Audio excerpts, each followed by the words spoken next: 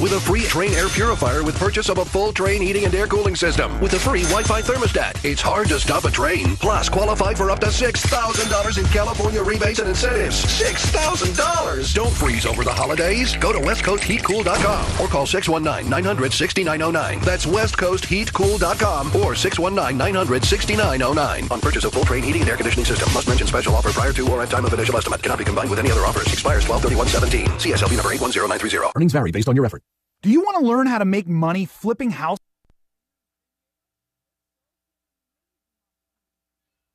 Welcome to the Inland Sports Show. Your leader in sports in the Inland Empire. Move the riverside. Now, here are your hosts, Pep Fernandez and Jeff Gorham. Every single day, it's the Inland Sports Show right here on Fox Sports IE, 1350 a.m. from 3 to 6 p.m. We appreciate you joining us. I'm Pep Fernandez, and Jeff Gorham is somewhere in Malibu, California with the UC Riverside men's basketball team. Jeff, what is cracking? Well, right now they're doing the pregame shoot-around here at the Pepperdine University. It's kind of smoky and nasty here, but the Highlanders are getting ready to play the Waves. And WCC versus the Big West tonight. Well, we're going to talk more UC Riverside basketball with you as well. We got a lot of stuff to get to.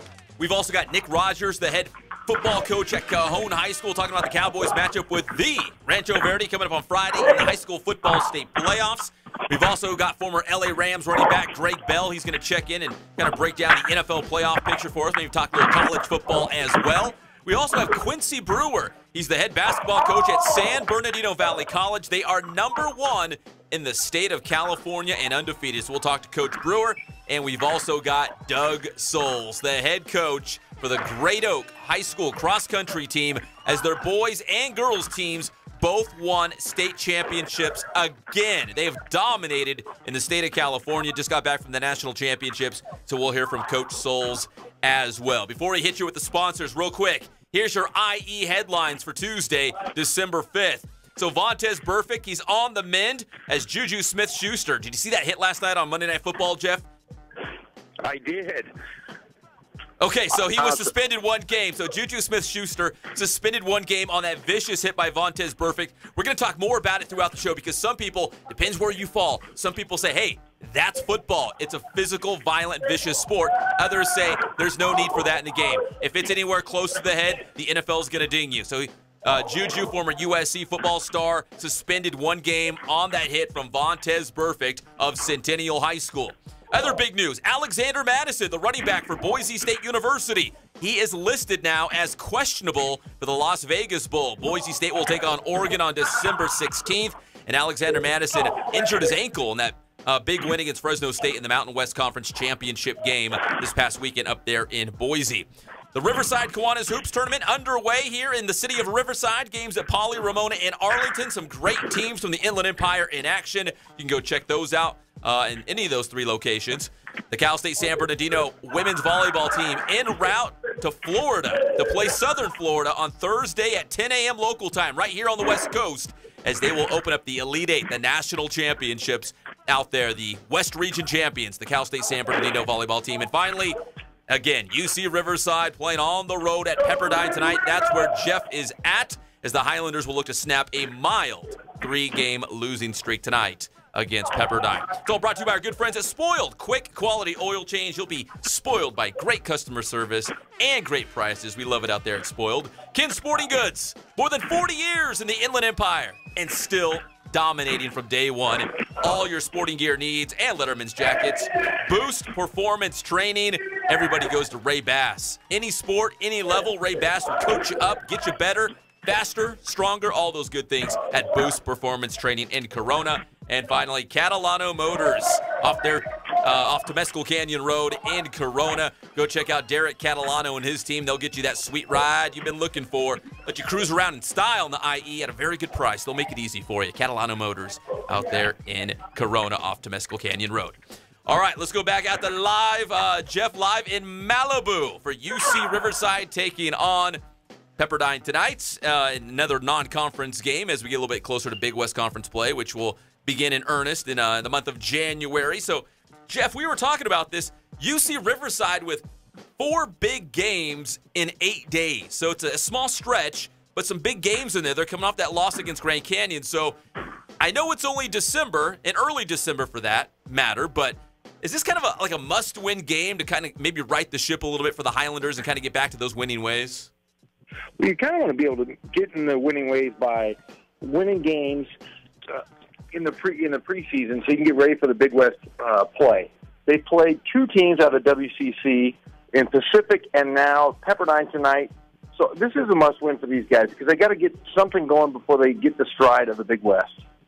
So you were talking about the smoke situation out there at Pepperdine in Malibu, because I watched the news a little bit later today, and I know there's a fire out here in San Bernardino that we'll touch on in just a little bit as well. But out there in that Santa Clarita, Ventura area, as you get closer to the coast, there's multiple wildfires going on right now, and it's very, very serious. People being evacuated from their homes. Many homes have already been lost. But you said on the way out there, it's just a smoky, dark mess out there in Malibu. Is that right?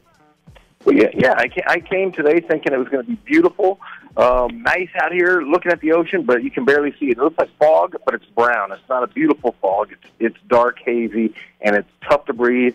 And that's why I think Riverside right now, they're doing their shoot-around, and they're just kind of going to lay low until they have the game tonight. Yeah, a lot of people, the folks in that area, encouraged to stay indoors. Obviously, no exercise activity outside because of the smoke. I know a lot of sporting events in the Santa Barbara area were canceled, although I did check, and UC Santa Barbara also has a basketball game tonight, and it's still a go. But that part of the state over there where you're at is in a bad condition right now. Yeah, it's definitely not good. You know, the streets I thought would be a lot more crowded. Everybody seems to be staying indoors and kind of just, preparing themselves for the worst, really, because there's fires everywhere up here. We got Jeff Gorham live from Pepperdine University. The Highlanders taking on Pepperdine tonight, and Jeff will have the call live on GoHighlanders.com. And Jeff, how was the bus ride over there? I kept checking in with you to see what was cracking. Well, it was smooth until we hit Hollywood, and then Hollywood and Santa Monica, it was pretty bad. But then it opened up once we hit PCH. It was just dark and gloomy. Did you guys watch any movies on the bus? No, I just sat there and played goofy games on my phone. That was about it. You know what we watched on the bus on the way back from Phoenix? Did I tell you this? Yeah, you said you watched Wonder Woman and Suicide Squad. That's right. As the guys just kind of knocked out on that long road trip. I mean, because, again, it was a wild environment at Grand Canyon, and that was a game that kind of slipped away. I think the Highlanders will look back on that one and say, you know what, we could have had that one. Too many turnovers, just simply did not make enough baskets. And those second chance points, man, we've talked about some of the keys to victory, really cleaning up the glass and not giving the other team all those offensive rebounds. Yeah, and Riverside really has been giving up so many turnovers the last few games. It's kind of become habit. They're giving up far too many offensive boards. It's costing second chance points, and really that's what's killed Riverside the last 3 games, second chance points. And the efforts there, they're just making silly mistakes. But hopefully they can clean it up before they get into Big West here. What was the mood on the team? Because, again, they're on a mild 3-game losing streak, so they've had some quality wins. In fact, you were with them when they beat the California Golden Bears to open the season in Berkeley. That's a huge road victory. But right now they sit at, 2-4? They're 2-4 right now, or no, 2-5. But the mood seemed like the guys are focused. They're ready to go. The shoot around today was pretty quiet. Guys seemed, like I said, the shooters were really working on their shots. Coach talked about, hey, they're going to come out in a 1-3-1. We got to stop them. Both teams are really kind of similar. Pepperdine is 2-5 or 2-6 right now, and they're looking for a win. But their only 2 wins they have on the year have been here at Pepperdine. So, Jeff, I thought really I was going to be talking to you while your feet were in the sand. You're going to have flip-flops on, no, a tank top, sunglasses on the beach.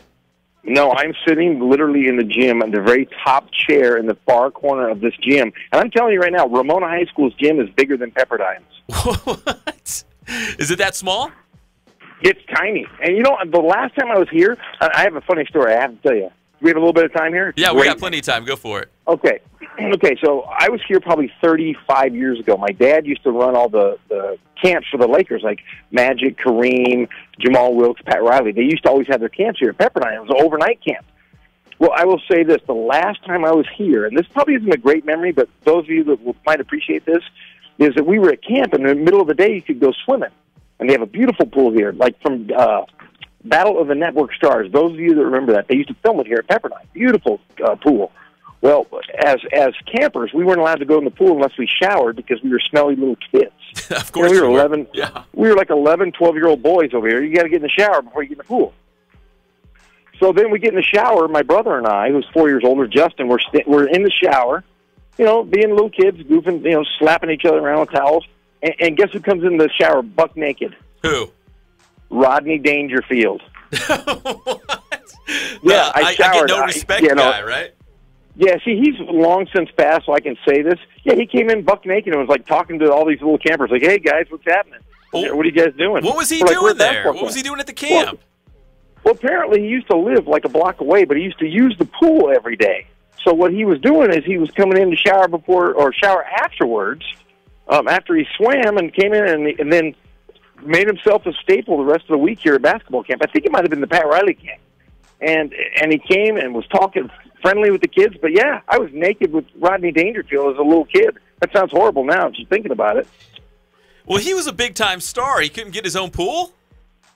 No, are you kidding me? This is the Hollywood elite. In fact, that same week, the very same week, Johnny Carson and one of his many wives was up here sunning by the pool as well. It's a beautiful pool. Well, it must be attracting all those big-time stars like yourself and Rodney Dangerfield and Johnny Carson. Yeah, he got no respect in the shower, that's for sure. Jeff Gorham live at Pepperdine University as the Highlanders will take on Pepperdine tonight in a non-conference game, trying to get back on the winning track. Throughout the show, we'll talk more UC Riverside basketball and see if the Highlanders can get back to their winning ways. And Jeff, it's probably a good time to mention that we will be at Lake Alice tomorrow for the UC Riverside Coaches Show. We'll have head coach Dennis Cutts. I believe Dikembe Martin, the point guard from JW North, will also be on the show. John Margarides, the head women's basketball coach. And just a good time. We just kind of more of a relaxed atmosphere. We just kind of sit around. We talk sports and kind of pick their brains on a lot of different topics. And it's a good time. Yeah, it's a great time. In fact, tomorrow night, I was told that they're going to have drink specials for everybody who shows up and dinner specials. So if you want to come down and have a few drinks after work and listen to Pep and I, and then maybe afterwards, you guys can all buy me a martini, and I'll be there. Well, Jeff Gorham will be there breaking down some UC Riverside basketball. And again, the Highlanders taking on Pepperdine tonight. You can check out Jeff on GoHighlanders.com. We're going to take a commercial break. When we come back, Jeff, we're going to talk more about UCR hoops, but also we got to dive back into high school football again. We talked about it yesterday, and we said we're going to be mentioning it all week long as we crown those CIF Southern Section champions, celebrate them a little bit more, but also look ahead to the state playoffs, and we've got some real juicy matchups. Again, put that bib on. It's going to drip all over the place.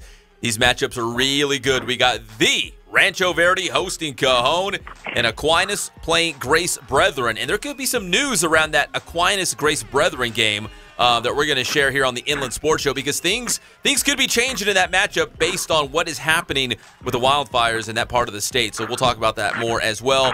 And then again, there's a fire right now burning in San Bernardino near Cajon High School, near Cal State San Bernardino. In just about 15 minutes, we're going to have a live interview with Cajon head football coach Nick Rogers.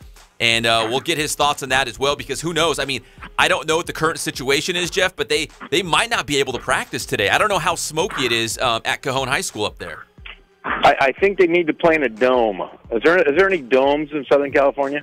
Hey, we could do the indoor war. We can play some arena football, right? Hey, that would be sweet. We could play at Citizens Bank Arena. Yeah. That'd be awesome. I'm in. So we're going to hear from Cajon head football coach Nick Rogers in about 15 minutes, and we'll break down this Cajon versus Rancho Verde matchup as well as, again, Aquinas taking on Grace Brethren. And don't forget about the Big Bear Bears. The Bears going on the road to Golden West in Visalia, California. We'll talk more high school football, UCR hoops, and Nick Rogers right around the corner, the Cowboys head coach. You're listening to the one and only Inland Sports Show on Fox Sports, IE 1350 AM. The Inland Empire.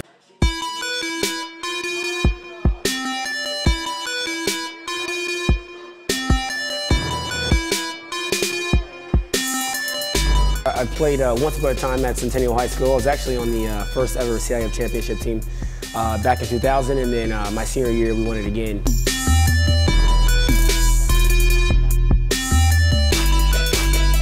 I think that's my passion because I've done it. You know, I know exactly where these athletes are at. I know what their mindset is right now. I know how hard it is to, number one, find a performance coach who can take you to the next level.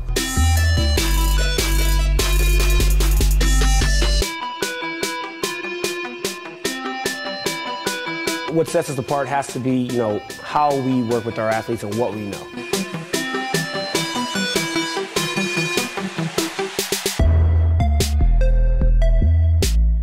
We can take an athlete and you know, help them reach their athletic potential, you know, help them, you know, prevent injuries, help get them stronger.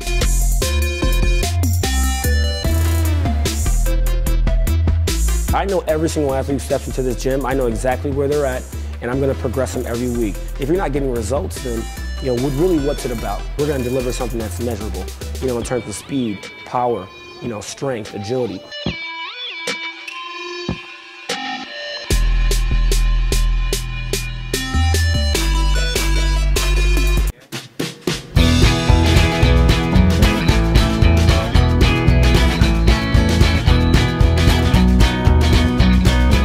Thank God, first of all. I thank the great people that I've got around me that help support me, the people that work for me. As I started, if it wasn't for the people around me, we probably wouldn't be here right now, but I've got a great staff.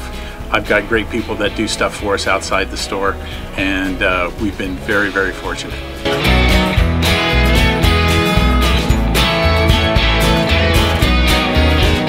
Our service is impeccable, and we just keep trying to get better every year.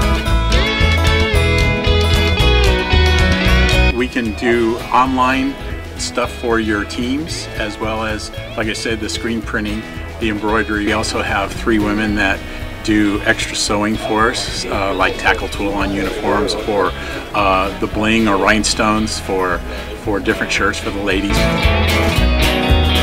That's why we have certain racks just for certain schools, and the fun about that is that it turns into other schools that may come in here that aren't as close, that we can do stuff for them as well. We've had very, very good customers throughout the years, and it's just been a blast.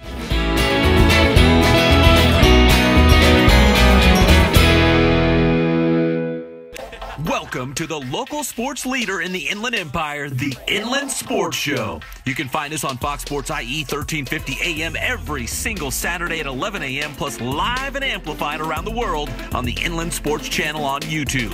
And if you haven't already, hit that subscribe button. This is Kenny Clark from the Green Bay Packers, and you're watching the Inland Sports Show. Inland Sports is the undisputed sports leader in the IE and 2-time finalist for the top TV radio show in the Inland Empire, thanks to our big name guests, exclusive interviews, video highlights, and of course, nobody breaks more news than Inland Sports. Hosted by Big Salty Jeff Gorham and the IE Media Personality of the Year, Pep Fernandez, honored by the CIF Southern Section with its Champion for Character Award, the National Football Foundation, the Southern California Football Coaches Association, the Inland Empire Baseball Coaches Association, and the San Bernardino City Unified School District.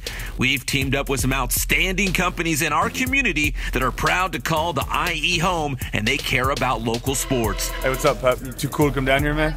Too big time now? You can join our team too. If you're a local business or owner, shoot us an email at inlandsportshow@gmail.com.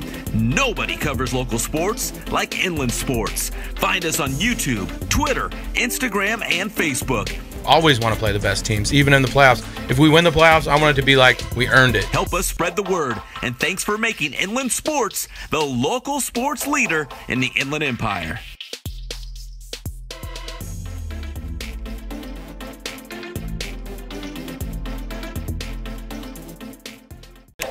Weather Center. This report is brought to you by Ad Council and the American Lung Association. 1 in 6 seniors faces the threat of hunger, and millions more live in isolation. Drop off a hot meal and say a quick hello. Volunteer for Meals on Wheels by donating your lunch break at americaletsdolunch.org. As I went through school, one giant question loomed over me. What did I want to be? First, I had to decide what I wanted to make. I wanted to make more, so I became a teacher. Now I make learning a privilege, not a chore, and frustration a tool, not an obstacle. I make working hard seem easy, and giving up impossible. I'm a teacher. I make more. Find out how you can make more at teach.org. Make more. Teach. Brought to you by Teach and the Ad Council. Hey, Russell Wilson here, and I know how important exercise is. It's essential. It's essential. With Play 60, United Way and the NFL are helping kids stay active and play at least 60 minutes a day. Healthy kids, healthy kids. But what this place needs is you. To donate or volunteer, go to unitedway.org/play60 because great things happen when we live united. Donate, donate. Are you guys going to do that every time? Yes, of course. Yes, of course. Brought to you by United Way and the Ad Council. Now back to the Inland Sports Show. Here's Pep and Jeff.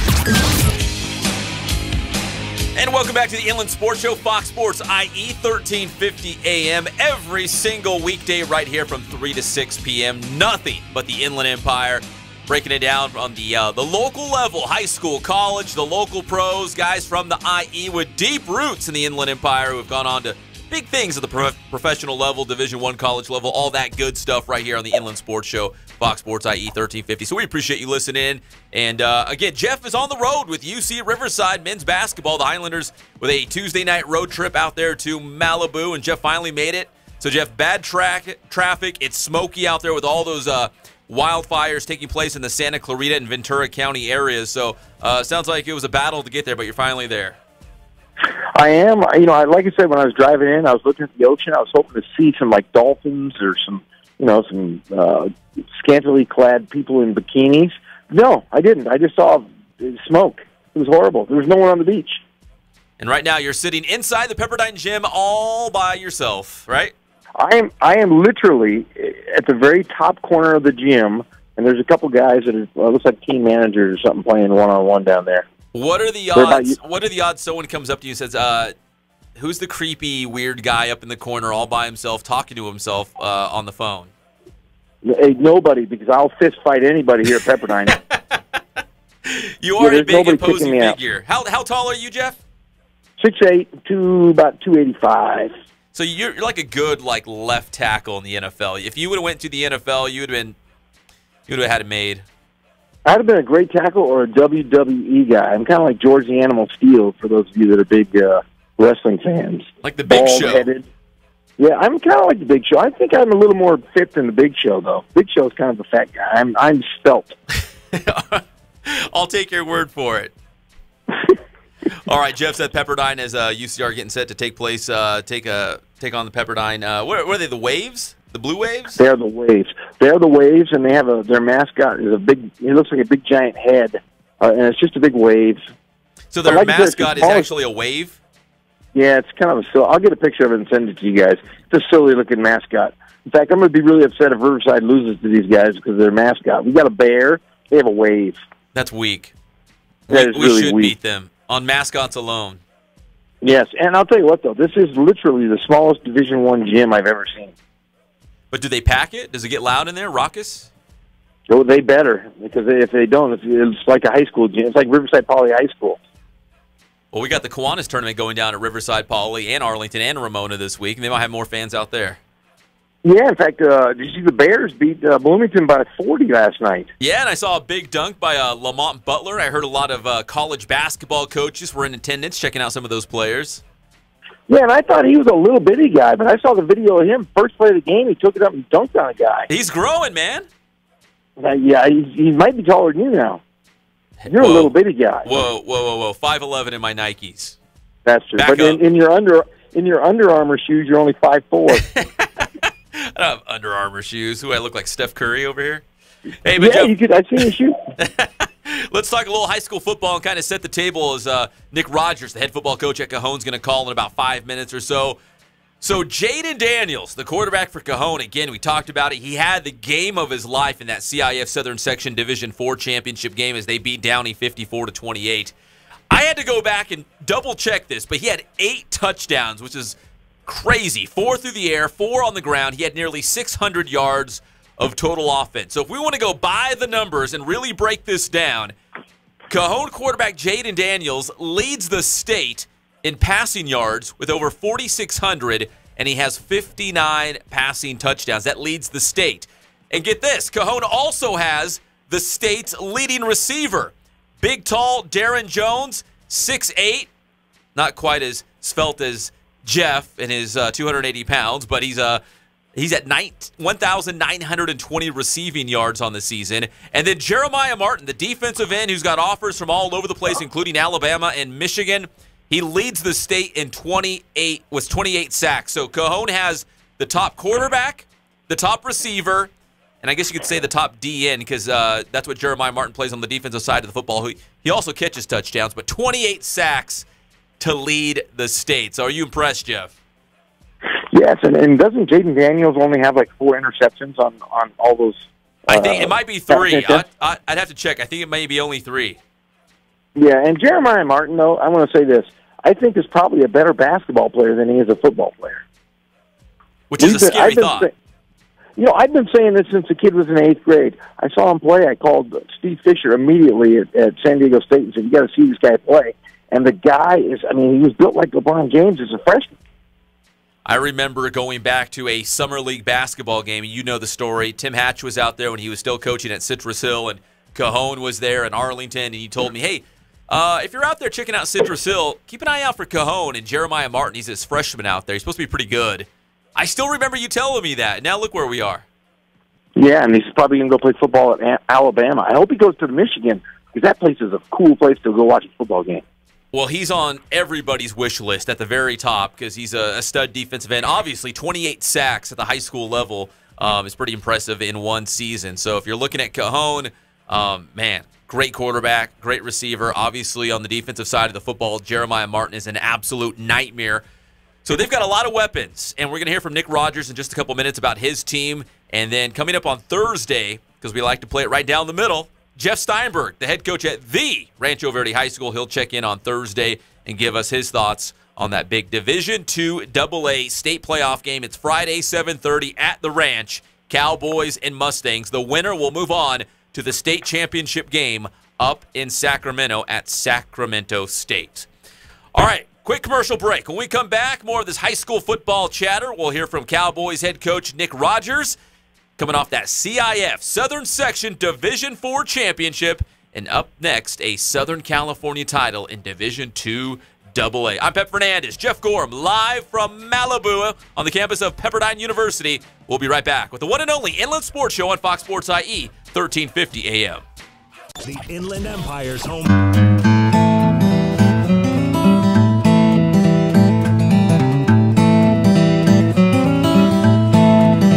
Focus on the customer here.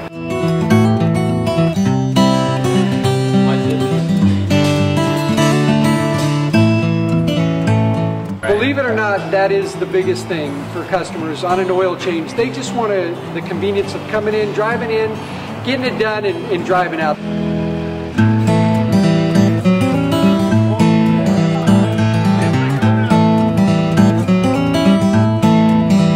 Just greet them, get them going, and they're done in about 10 minutes or so.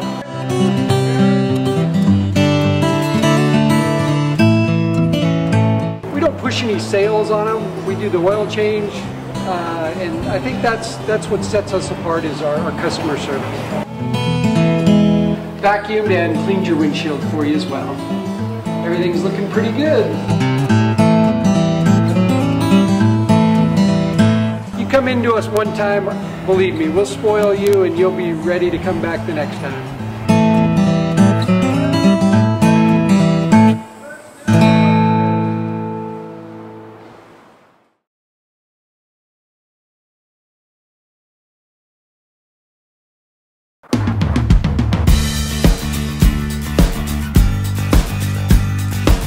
We're a small family-owned, strive for quality pre-owned vehicles. We're not a volume dealer, and we take every deal as personal to us.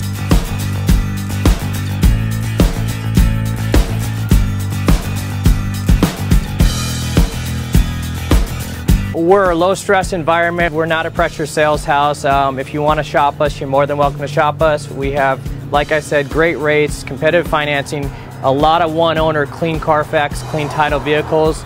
As you see, we have Carfax everywhere. That's most important to us, to educate our customers before they make a purchase.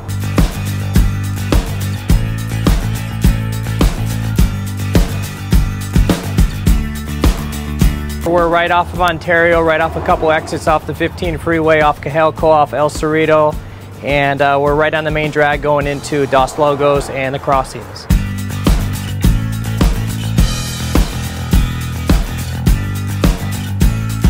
We have great financing, we have great lenders that we're using. We do buy, sell, trade, cash for your car. Whatever we need to do to help accommodate the customer, that's what we're here for.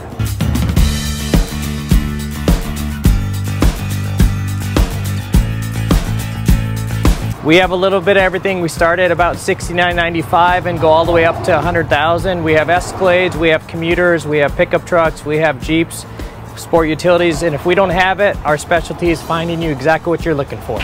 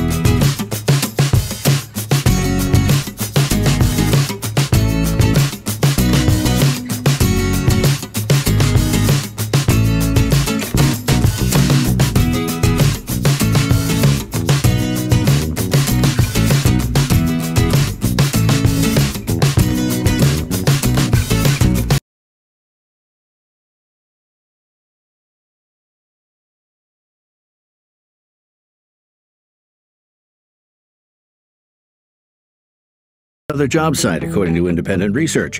Indeed is offering new users a $50 credit to give their first job post premium visibility as a sponsored job.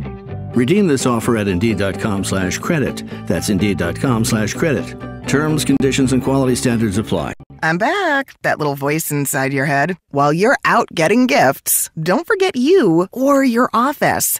Because now at Office Depot Office Max, you can save 20% on regular priced office supplies, furniture, and more. Get your 20% coupon at OfficeDepot.com/radio or mention this ad in store. A gift for them, a gift for you. Taking care of business. Offer ends 12/9. Excludes tech, coffee, appliances, ink, and toner. See coupon for details. Hey, Dad, how do you throw a curveball? How do you build a fort? How do refrigerators run? How do fish learn how to swim? Kids ask a lot of questions. How high can you jump? But you don't have to know every answer. How many phone numbers are there? Because you don't have to be perfect to be a perfect parent. How do cell phones work? There are thousands of children in foster care who don't need every question answered. What's electricity? They just need you. What's the moon made of? For more information on how you can adopt, go to adoptuskids.org. A public service announcement from the U.S. Department of Health and Human Services, Adopt U.S. Kids, and the Ad Council. We're back to the Inland Sports Show. Here are your hosts, Pep Fernandez and Jeff Gorham.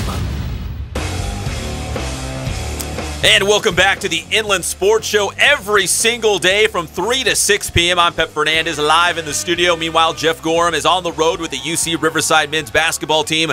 Again, we are the voice of the Highlanders. We call all the basketball games, do a little play-by-play action. So Jeff is with the Highlanders tonight in Malibu as they're taking on Pepperdine. You can listen to the game live. GoHighlanders.com. Jeff will have the call. And then they're back home on Friday taking on Air Force. But right now, we're still talking high school football here on the Inland Sports Show on Fox Sports IE, 1350 AM. We got the head coach of your Cowboys from Cajon High School, CIF champions for the first time in 30 years. We got the head coach, Nick Rogers, on the show. And, Coach, welcome to the show. How's practice going today, first off? Well, we start up, but, with the wind coming in and the fires, we'll probably be limited a little bit on what we can actually get done. Yeah, my phone has been blowing up, and people have been texting me that the fire was close to Cal State San Bernardino, and if you're familiar with that area, Cajon High School is very close to Cal State as well. So, you said that it's windy up there, so it's pushing the smoke out, but still the fire somewhat near, I guess, Cajon High School. Is that correct? It's in the vicinity. It's somewhat close, and like I said, the wind makes it a nightmare for the fire portion of it, but it is blowing the smoke, so the air quality is okay as far as out here. But with the wind and everything, it's going to be pretty tough to throw the football around a lot, which is something we like to do. So what would you do in that situation? Could you go indoors? I don't know. Is there a basketball game going on inside the gym? We got wrestling going on inside the gym, we're a little limited. We haven't got our indoor facility up and running yet. Still waiting for that booster money to come in. There you go.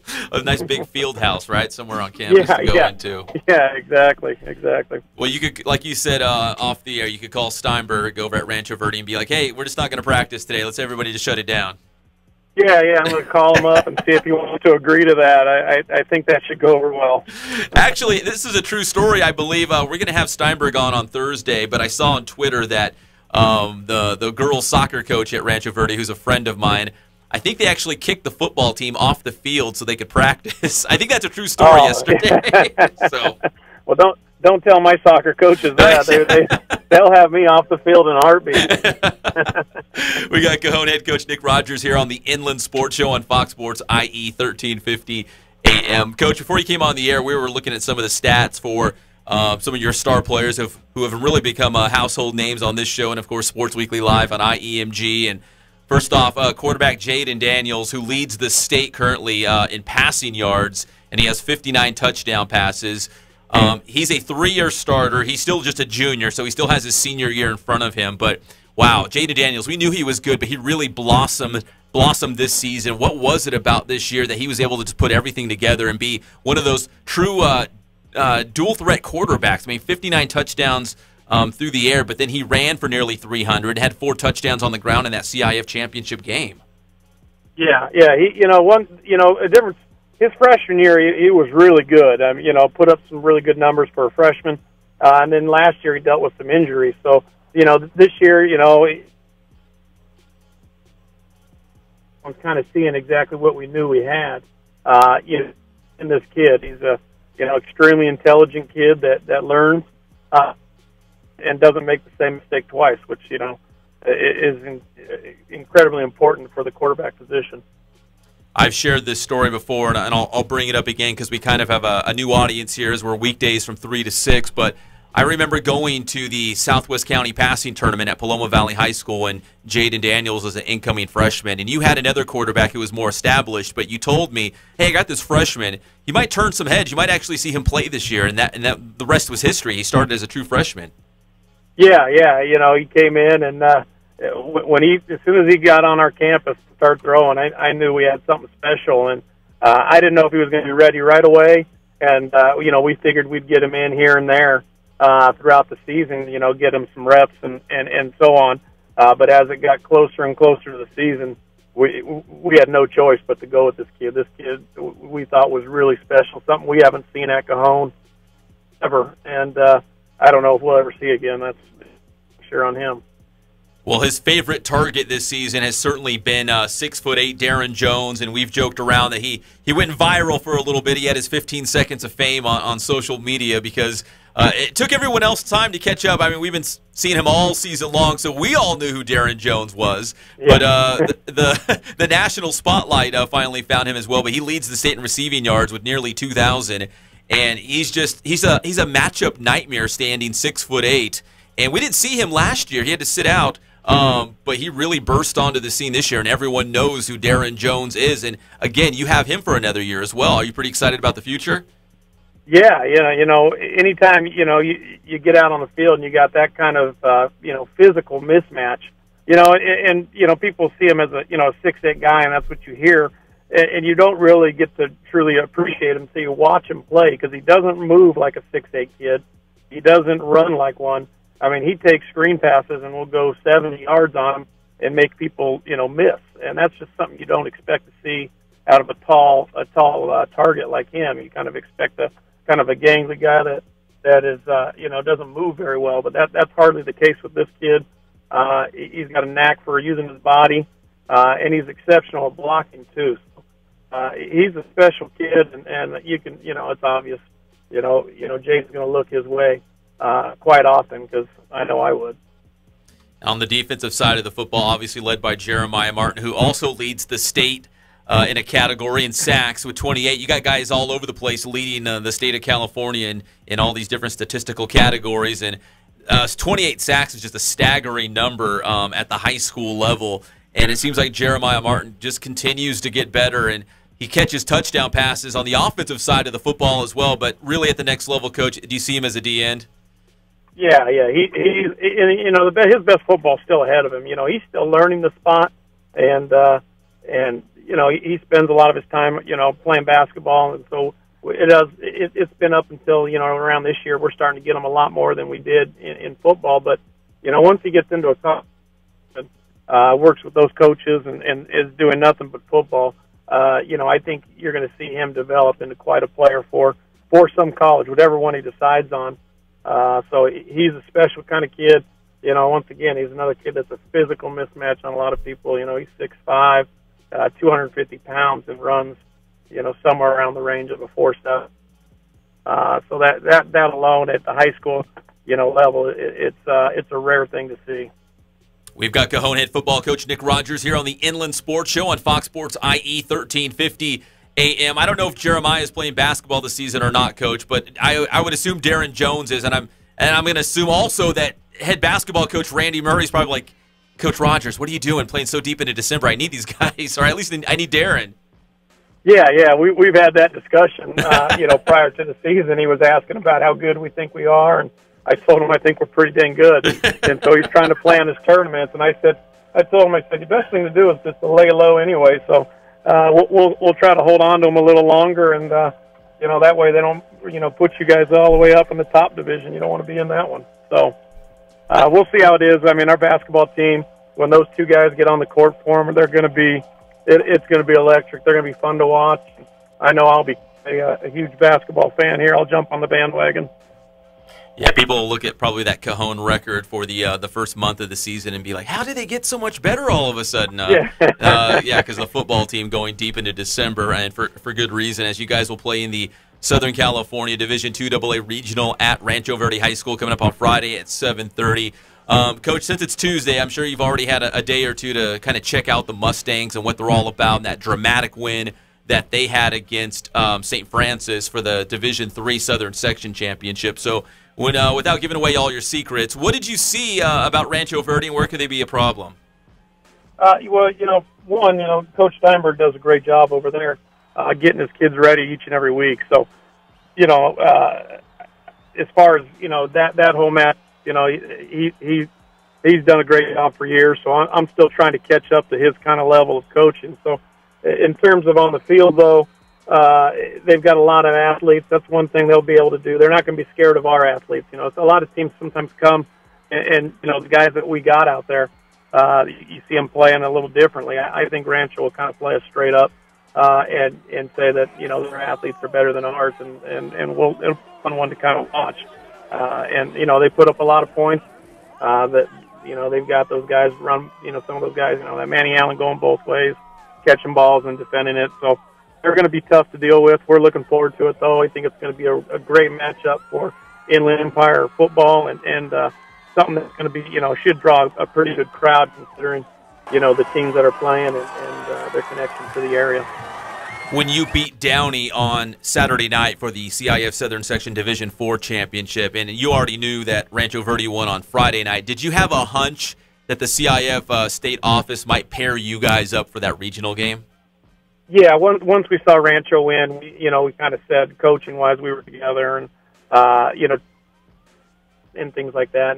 And to us, if we were able to get by Downey, we said that it makes too much sense to not or to put us together. That matchup, we think it's good. For obviously a good gate for CIF, and the type of teams and the style of play and the level of competitiveness between the two, it should make for a good football game. Well, I know we're definitely excited about that contest coming up on Friday. It's Cajon taking on Rancho Verde, 7:30, Division II AA Southern California regional title. The winner will go on to Sacramento State and play for the state championship. Coach Rogers, we always appreciate the time. You're one of our favorites, and best of luck with the wind and the smoke today, and best of luck certainly on Friday against Rancho Verde. Appreciate it. Thanks a lot. All right, that's Nick Rogers, head football coach at Cajon High School, breaking down the matchup against the Rancho Verde High School. Again, he touched on it. Inland Empire High School football fans, we couldn't have drawn it up any better. Rancho Verde and Cajon in a state playoff game, and the winner will advance to Sacramento with a chance to win a state championship. So a very big deal. And again, when you on the onset of a season, usually the goal in front of you is to win that CIF Southern Section title, and then going to state's kind of icing on the cake. But I got a feeling both of these teams feel maybe not satisfied with that CIF Southern Section championship. It's nice, and it was Cajon's first in 30 years, so they're going to celebrate that, and they're going to have a good time with that championship. But now they're so close to a state title, 2 wins away from hoisting a state championship in the state of California, which is a huge deal. When we come back, we'll talk a little college football. Jeff, again, is live on the campus of Pepperdine University as the Highlanders will take on the Waves tonight in non-conference play. And then in a couple more minutes, we've got Greg Bell, former Los Angeles Rams running back. He'll talk about the Rams and, man, could they win the NFC? Could they go to the Super Bowl this season? The Rams are that good, but they've got a huge game this weekend against Philadelphia. So we'll talk NFL, college football, and, of course, Jeff in Malibu with the UC Riverside men's basketball team. We'll be right back with more of the Inland Sports Show on Fox Sports IE 1350 AM. The Inland.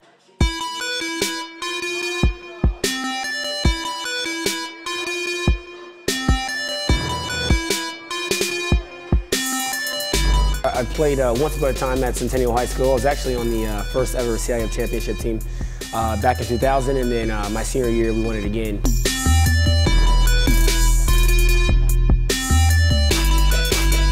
I'd say that's my passion because I've done it. You know, I know exactly where these athletes are at. I know what their mindset is right now. I know how hard it is to, number one, find a performance coach who can take you to the next level.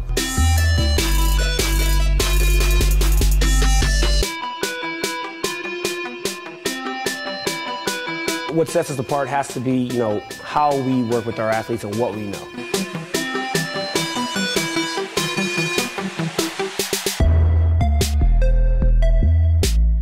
We can take an athlete and you know, help them reach their athletic potential, you know, help them, you know, prevent injuries, help get them stronger.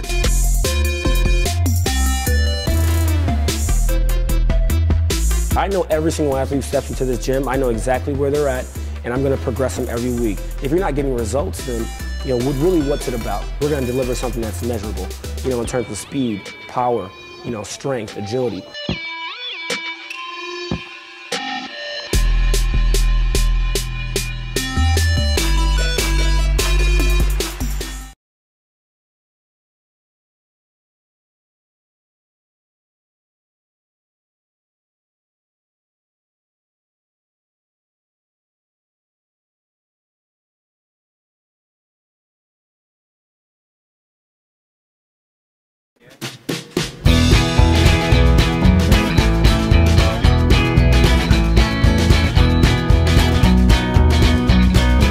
Thank God, first of all. I thank the great people that I've got around me that help support me, the people that work for me. As I started, if it wasn't for the people around me, we probably wouldn't be here right now, but I've got a great staff. I've got great people that do stuff for us outside the store, and we've been very, very fortunate.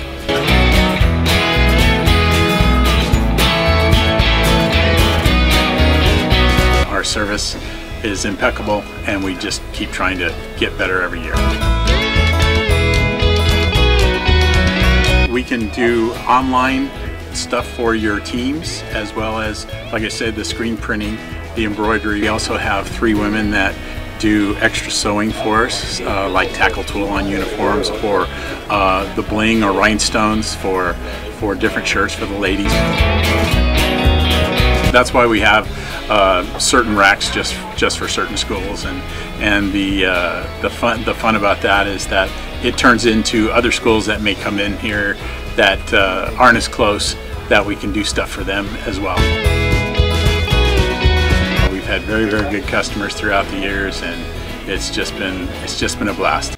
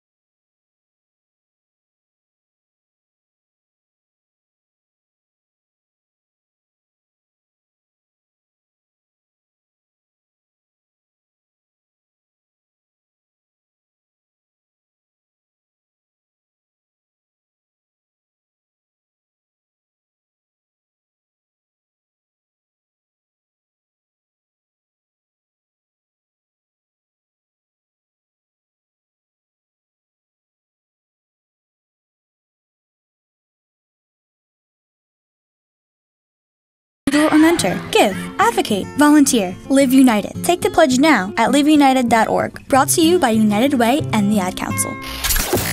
From the Cold Star Ice Studios, it's Fox Sports IE 1350 AM KUBE Riverside. Now back to the Inland Sports Show. Here's Pep and Jeff. And we're back. It's the Inland Sports Show on Fox Sports IE 1350 AM every single weekday. Right here from 3 to 6. Nothing but Inland Empire Sports, and we're proud to be here. I'm Pep Fernandez. Jeff Gorham, live from Malibu. He's got UC Riverside taking on Pepperdine tonight in non-conference basketball action. Are the Highlanders going to win, Jeff? Yes. Hands down, they're going to win. Their rankings are funky. They're both ranked right around 290. And I think they're 3 apart, so it could be a flip of a coin. But I'm hoping that the Highlanders get the road win and then come back on Friday and defeat the Air Force guys. That's right. Air Force Chargers. Need a couple big wins. Chargers? Yes, 2 big wins, and then they have a nice little break because they have finals, and then they get back after it. Yeah, because after finals, you know where they go, right? Isn't it Montana? Yeah, I think I get that trip, don't I? You better. I hope you get that trip. I don't want to take that trip. So we were laughing because of our duties here now at Fox Sports IE, and we're proud to be here. We wouldn't trade it out for anything in the world, but we got to split up UCR basketball. So let's do the math. You did the game against California Golden Bears in Berkeley, which is awesome, right? That's your former school. Yeah, that was a good one. That was a great one. You went to the University of Michigan, which is unbelievable, a Fox Sports 1 game, and you went to the football game against The Ohio State. So you did those 2. That was an okay time. I mean, it wasn't great, but it was okay, I guess. You're downplaying it so bad. You just know I'm a Michigan fan, so it was painful. And then yes. And then thirdly, it looks like if the stars align that you will be the one going to Hawaii to call the game. Yeah, go figure. And I get Grand Canyon and Montana. Yeah, so it's but just as you good. also gotta remember, it's like the same thing. It's just as good. Yeah, but then remember, I have to go to I think Utah Valley and then Seattle University in 2 days. Oh, yeah, that's true. I forgot about that other trip. So, yeah, there's that, too. So you'll be co-hosting from the road from Utah Valley is in, man, I drove through it. No, is it Provo? It's near Provo. No, it's in Orem. Orem, that's right. It's a connecting city to Provo. It is. It is. Is that the, what freeway goes through there and goes all the way up to Montana? Is it the 15? Yeah, so you get Utah Valley, and then I'm going to assume you're flying up to Seattle after that, because I think there's only a day in between that Utah Valley and Seattle game. Yeah, and I'm going to be in the snow, and I might like the snow. I'll do a couple snow angels, but then I'm going to go up to like Seattle, and I'm going to be depressed, and it's going to be raining. I'm going to be listening to Nirvana. I'll be wearing my flannel shirt, flannels, drinking coffee, hating yourself. Oh, yeah, I already do that. It'll be a self-deprecating trip. Well, UCR with the big one tonight against Pepperdine. Jeff will have the call live on GoHighlanders.com. Is that a 7 o'clock tip? I assume it is. 7 p.m. Pacific, 10 p.m. Eastern for all those of you on the East Coast. All of you on the East Coast that listen in, right? Hey, what are you going to... So we always do a pregame show with head coach Dennis Cutts. What are you going to ask him today? We were talking about this. Have you been stewing about it? Yeah, a little bit. I'm just, I think I'm going to ask him, hey, look, you're on the downslide of this four games in 8 days. You're playing 2 WCC teams. How important is this victory going to be for you? Because I'm not expecting a loss. So I'm going to ask him what to expect in this victory and what are the keys they're going to have to do to beat the Pepperdine Waves. They're just so close, Jeff. Like, I just feel we're going to look back at this schedule and say, you know what, they could have beat Pacific. They could have beat this team. They had a chance at Grand Canyon. I mean, you're going to look back and say, you know what? The record might look like this, but it could easily been looking like this, and it could be much improved with a lot more wins. Well, yeah, the one thing I will say, they turned the ball over so much, and it's been, you get in that groove. It's habit, and I was really concerned for you when you left Grand Canyon. You know why? Why? Because I thought the bus might turn over because I saw how many turnovers they had. Oh my gosh, Jeff. You are awful. Yeah, but you're right. They need to cut. They need to take care of that basketball. They need to cut down on those turnovers. And again, the glaring stat coming out of Grand Canyon was the offensive glass. They give the other team too many second chance points. Yeah, and Pepperdine, they're 2-6, but the one stat that I've noticed is they're out rebounding their opponents by 8 rebounds a game, and that could really, really go against Riverside because Riverside. On the entire year has given up so many games on the offensive and defensive glass. Well, it's a big one tonight against Pepperdine. Hopefully get back to their winning ways, and then they return to the SRC Arena on Friday as they will host Air Force. Again, that final game in a kind of a wacky 8-day stretch with 4 games in there, and again, trying to snap that mild 3-game losing streak that they got going on. So hopefully they get it done tonight, Jeff, and you'll have the call. I hope so. I'm looking forward to calling this game. It's like I said, it's kind of a dreary day in Malibu because of the fires. It's kind of an orange hue to the sky, but I can see the ocean from where I'm sitting, and it's still nice to be in beautiful Malibu with Gidget. Turning back the clock on us, Jeff. Hey, listen, we're going to check in with you again in a couple minutes. We're going to switch gears to the NFL, but we'll check back in with Jeff. Again, he is live from the campus of Pepperdine University. That's where the Highlanders are playing tonight, and you can check out Jeff on the call. Thanks, Jeff. We'll check in with you again in a couple minutes. All righty. Talk to you later. All right, that's Jeff Gorham live from Pepperdine, UCR in action tonight, but we're going to switch gears and talk a little NFL football in just a second with former L.A. Rams running back Greg Bell, also played for the Raiders and the Buffalo Bills, and man, we've got a lot to talk about, especially with the L.A. Rams. They're trying to make some NFL history, and this is pretty wacky here if you think about it. The L.A. Rams were the worst scoring team in the National Football League last season, and they've got a chance to be the highest scoring team in the NFL this season under their new head coach, Sean McVay, which it's never been done before. There's never been a team in the NFL to be so bad offensively one season and be the very best. Number 1 in points scored per game the next year. It's never happened before. So you think it's the coach? It's got to be the coach, Greg, right? It's got to be because think about it. It's the same parts. For the most part, it's the same parts from last season. The quarterback's the same. Jared Goff, the running back's the same. Todd Gurley. They did bring in a couple new receivers. They drafted Cooper Kupp, but they brought in Robert Woods, Sammy Watkins. So there is new receivers, but it wasn't like it was a complete overhaul. So Sean McVay, the youngest football coach in the NFL, came in and really turned things around. So if anyone's going to have an opinion about the Rams, it's former Rams running back Greg Bell, and he's going to break it down in just a second here. We'll also talk about the wacky world of the AFC West. Kansas City started out 5-0, and they have gone off the cliff. They're now 6-6. The Raiders are 6-6. The Chargers are 6-6. So the LA Chargers coming on strong here, and now the AFC West is up for grabs. And you could actually make a case that the Chargers are actually the best team in the AFC West right now, which a couple of weeks ago, come on, Greg, who's with me? They're the best team in the AFC West, right?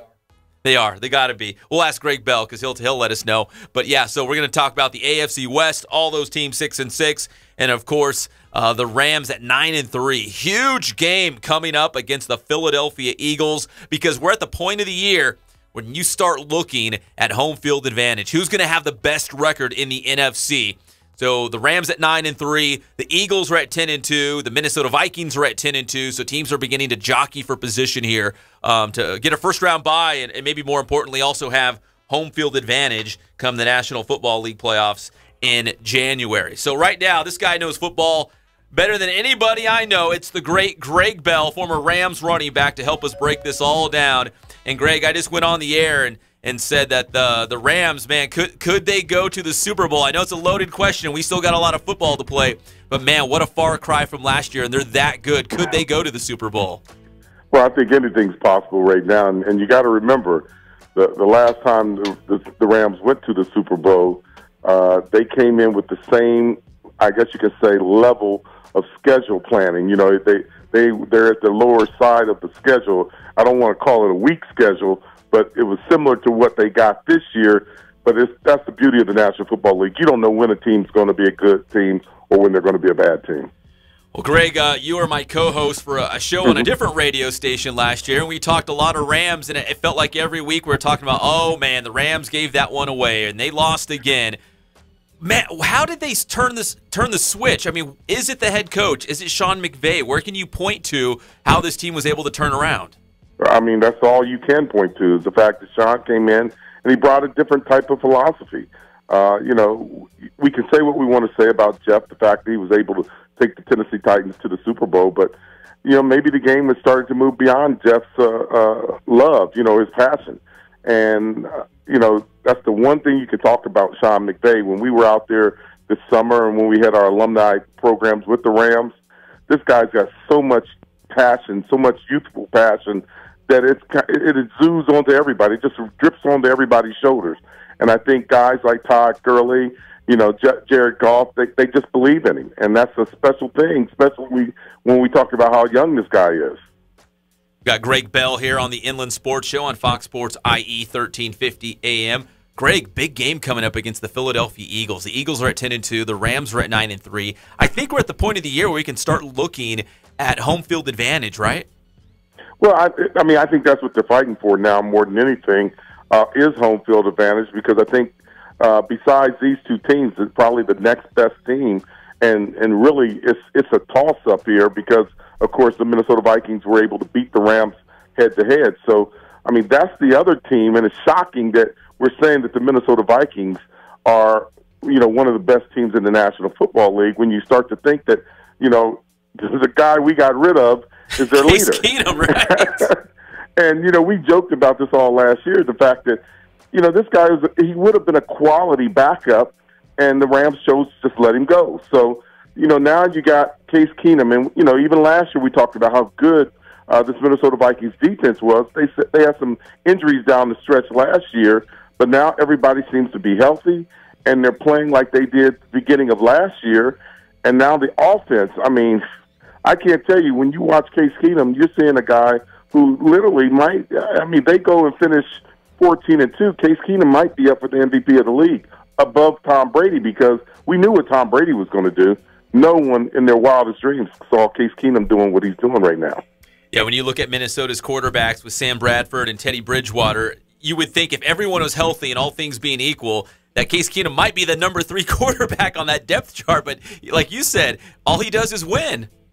He wins, and he's very proficient. I mean, if you looked at him last half, I think it was 15 for 15 the second half last week. I think he was total something like 23 or 25. I mean, those are even better than Tom Brady numbers. So when you're seeing a guy that proficient and he's putting the ball into the end zone, I mean, they're scoring points. You know, the Rams are still up towards the top of the league in terms of scoring because they got off to such a high-scoring beginning. But behind them, you're seeing the Philadelphia, you're seeing New England, and you're seeing Minnesota. Well, Greg, last year I know a lot of people were ready to take Jared Goff and just dig his grave and bury him alive. But he's had quite the turnaround. You could even say Todd Gurley kind of shook off that slump from last season as well. Again, does it just go back to the head coach and Sean McVay and what he's been able to instill with this Rams team? Because obviously Jared Goff is not as bad as we thought it from his rookie season. Yeah, I believe when you're talking Jared Goff, you got to put a lot of onus on Todd McVay. He was considered the new age quarterback guru for what he did in Washington. And not even there. I mean, you even go beyond that because he took a guy who we knew was a great running back. We knew he was in a sophomore slump, and he made him into a great all-purpose back because Jared Goff now has somebody that's 5 feet away that can turn a five-foot pass into a 35-yard completion when he's able to get that ball to Todd Gurley out of the backfield. You know, it's not a hard pass. It's a short pass. It's perfect for a spread offense, but Todd's really become a really good, I guess you could call him receiver out of the backfield. Yeah, I look at the box score. He's always one of the leading receivers each game. Like, he's getting really involved in the passing game, like you just mentioned. So the Rams are 9-3, the Eagles 10-2. Big game this week at the Coliseum. The Eagles coming off that tough loss against Seattle, so I don't know if there's a good time to play Philadelphia, Greg, but they sure didn't look good on Sunday Night Football. Well, I mean, I joke with people. We were at a Monday night NFL party yesterday, and we were sitting there joking about a lot of things, but we were talking about the game yesterday. You know, when you see a team like Cincinnati play Cleveland down to the last 4 seconds of the game, that's why they call it any given Sunday. These are the best, 1,600 players across the United States. They're not, in the National Football League because they're average players. They're the best that there are in the 2017 season.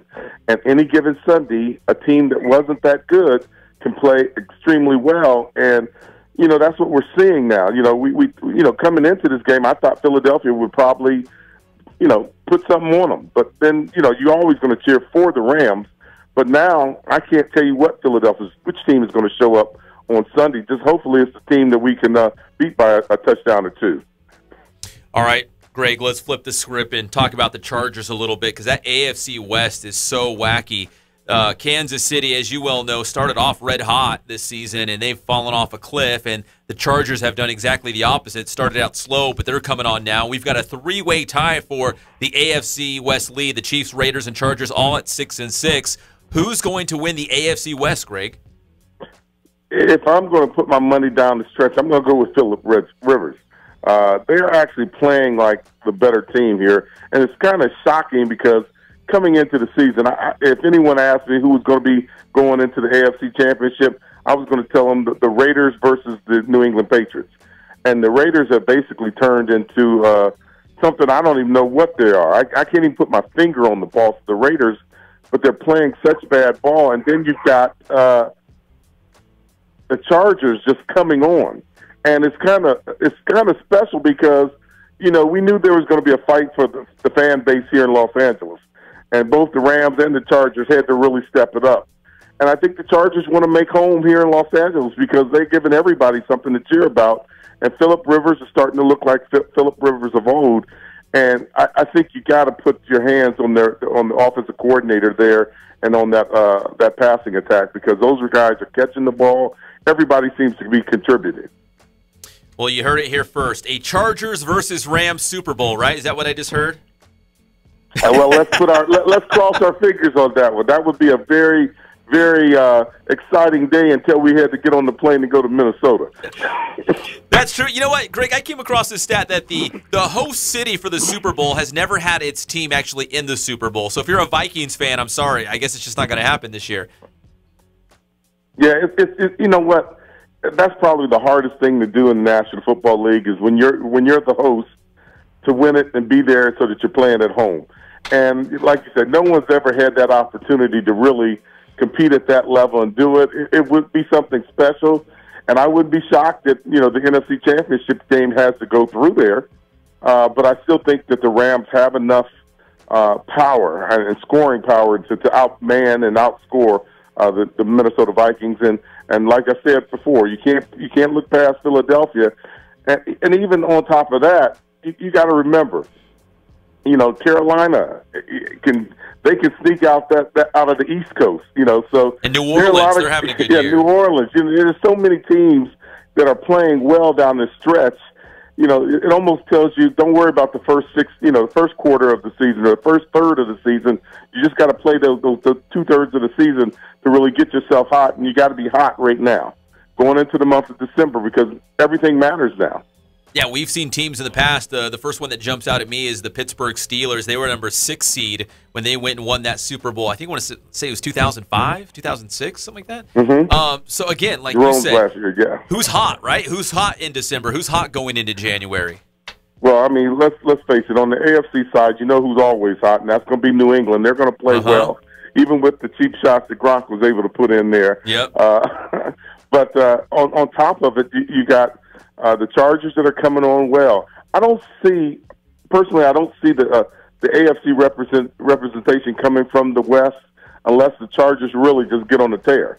But I mean, you've got to look back to that East Coast where, you know, New England's playing strong, and Pittsburgh. I mean, those two teams are playing strong, and we knew they were going to be towards the end. And it looks like it's going to go through Pittsburgh. If I think they play not next week, but the week after next, Pittsburgh will be playing New England, so that'll be a deciding factor. And then in the NFC, man, you know, you can't look beyond the Rams. I mean, if you're a Ram fan, everything comes through Los Angeles right now. And if the Rams can get this big win this week, I think they can finish their season off fairly strong until, of course, Seattle comes back. You know, we face Seattle one more time. Right now, if it goes the way it's going and Seattle can tie the Rams, they get the favor. If we can go and split one with them, our records, I think, will probably be better at the end. We'll beat them by 1 or 2 games, and it'll come through a home field advantage here in Los Angeles. But I really think those are the 3 top teams right now, 4 top teams, I should say, in the NFC: Seattle, Philadelphia, Minnesota, and us.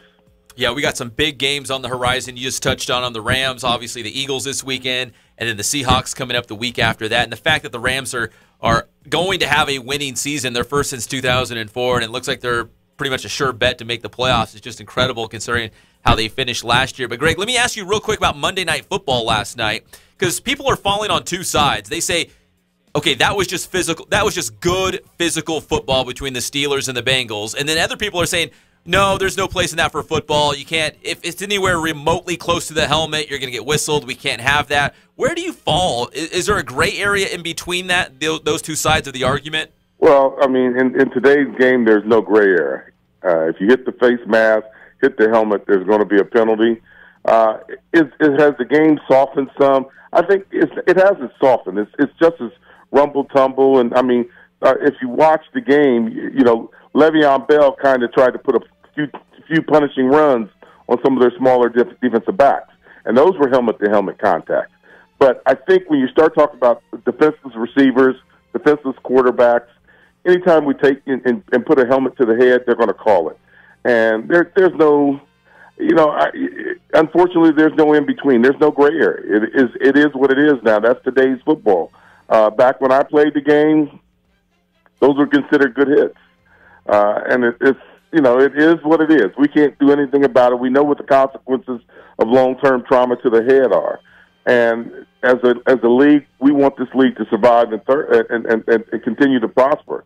And I think it's about safety first, which it should always be about. I wish it was as safe back when I played, but it's about safety first. And there's, like you say, there's no gray area. It is what it is. We're going to love it and leave it, and it's going to continue to improve. But, you know, the game of football is going to continue to thrive. Well, Greg, specifically on that play where Juju Smith-Schuster hit Vontaze Burfict on that crackback, that happens all the time. I see it in high school level. I see it at every single level. So I think he was suspended 1 game, but was it more so, was it unnecessary roughness? Was it the taunting? Like, what, did anything bother you about that? I think See, I didn't hear it. Juju got suspended one game for that? One game. See, I think he was suspended more for the taunt. If he would have just made the hit and walked away, I think there wouldn't have been a flag thrown. Nothing would have happened. That's how I feel. In essence, you got to remember his head was turned, and as he saw Juju hit him, his head buckled down. His head snapped down because that's the only way it could have gone. And I think it was a very clean hit.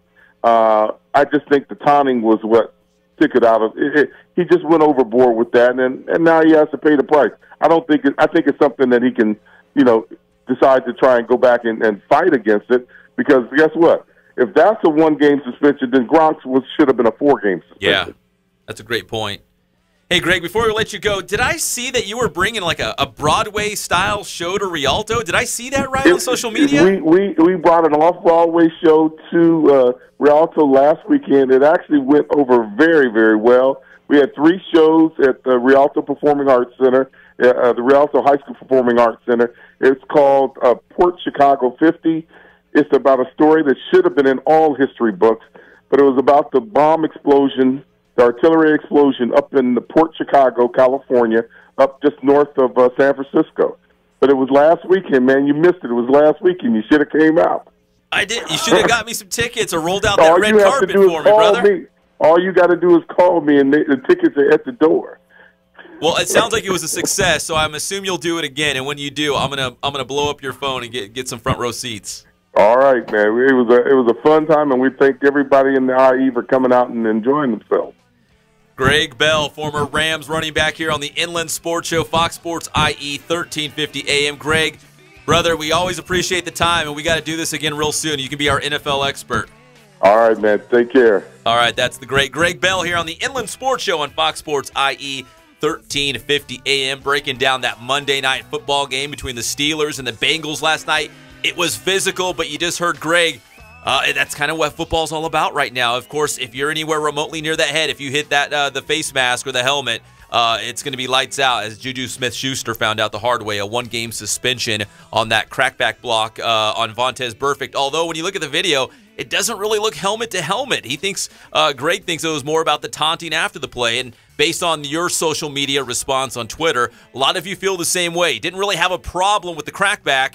It was more so the taunting after the fact. And yes, Vontaze Burfict had to be carted off, so that was a very scary moment for him and certainly his family and friends. But by reading the reports, it looked like he was okay behind the scenes. Once he got back to the locker room, he was up off the cart and doing fine. But, yeah, that was a scary moment out there for Vontaze Burfict as the Steelers came back and won that game on Monday Night Football, which many listen to right here on Fox Sports IE 1350 AM.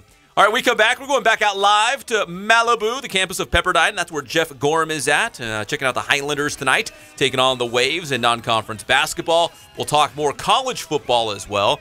And how about this? We got some Great Oak cross country coming up. The head coach, Doug Souls, is going to check in and talk about another boys and girls state championship. And I say another because they have been a dominant force in the state of California, and you'll see why when we come back here on the Inland Sports Show on Fox Sports IE 1350 AM.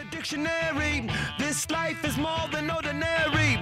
Can I get you maybe even 3 of these coming from a space to teach you of the Pleiades? The Inland Empire's home for all things IE just got even better. Introducing the award-winning Inland Sports Show with Pep Fernandez and Jeff Gorham. Weekdays 3 to 6 p.m. Your local sports leader in the Inland Empire. Fox Sports IE 1350.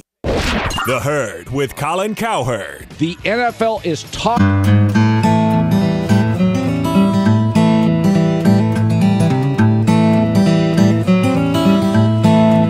We focus on the customer here.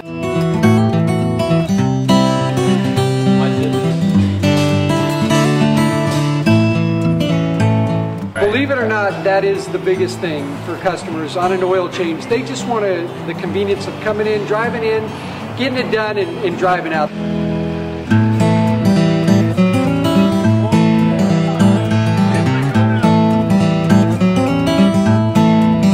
We just greet them, get them going, and they're done in about 10 minutes or so.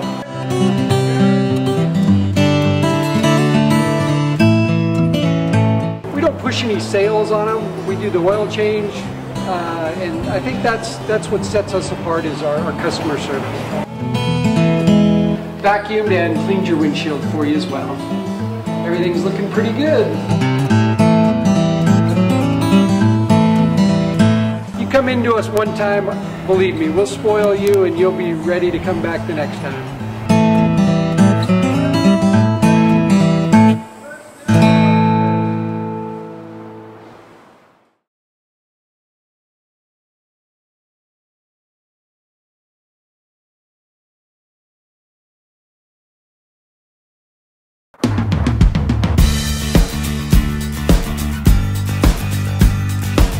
We're a small family-owned, strive for quality pre-owned vehicles. We're not a volume dealer, and we take every deal as personal to us.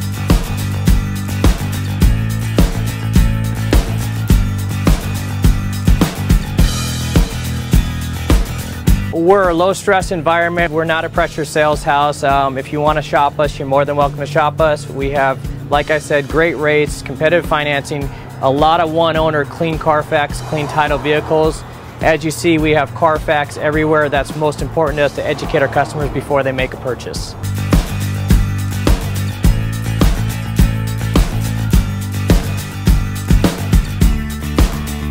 We're right off of Ontario, right off a couple exits off the 15 freeway, off Cajon, off El Cerrito, and we're right on the main drag going into Dos Logos and the crossings.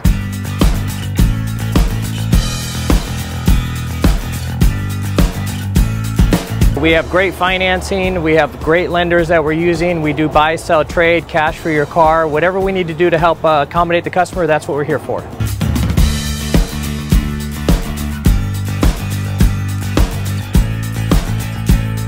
We have a little bit of everything. We start at about $69.95 and go all the way up to $100,000. We have Escalades, we have commuters, we have pickup trucks, we have Jeeps, sport utilities, and if we don't have it, our specialty is finding you exactly what you're looking for.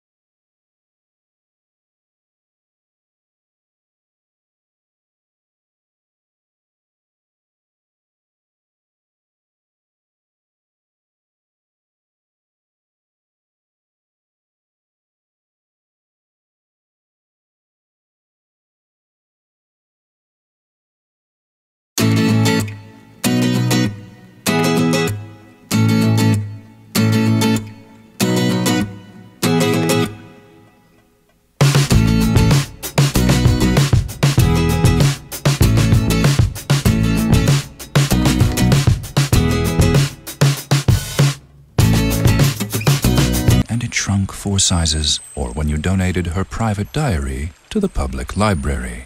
Deep breaths. You don't have to be perfect to be a perfect parent. There are thousands of teens in foster care who don't need perfection. They need you. For more information on how you can adopt, visit adoptuskids.org. A public service announcement from the U.S. Department of Health and Human Services, Adopt U.S. Kids, and the Ad Council. We're back to the Inland Sports Show. Here are your hosts, Pep Fernandez and Jeff Corum. Where's Jeff? Is he sleeping outside? Where's Jeff? Has he come for a ride? Where's Jeff? He's in the countryside. Looky, looky, looky, looky. Where's Jeff? Jeff, where are you? Sleeping inside. I am in beautiful Malibu. Can you hear that? No, did you guys play some Malibu music for me? No, it's the Wiggles. Where's Jeff?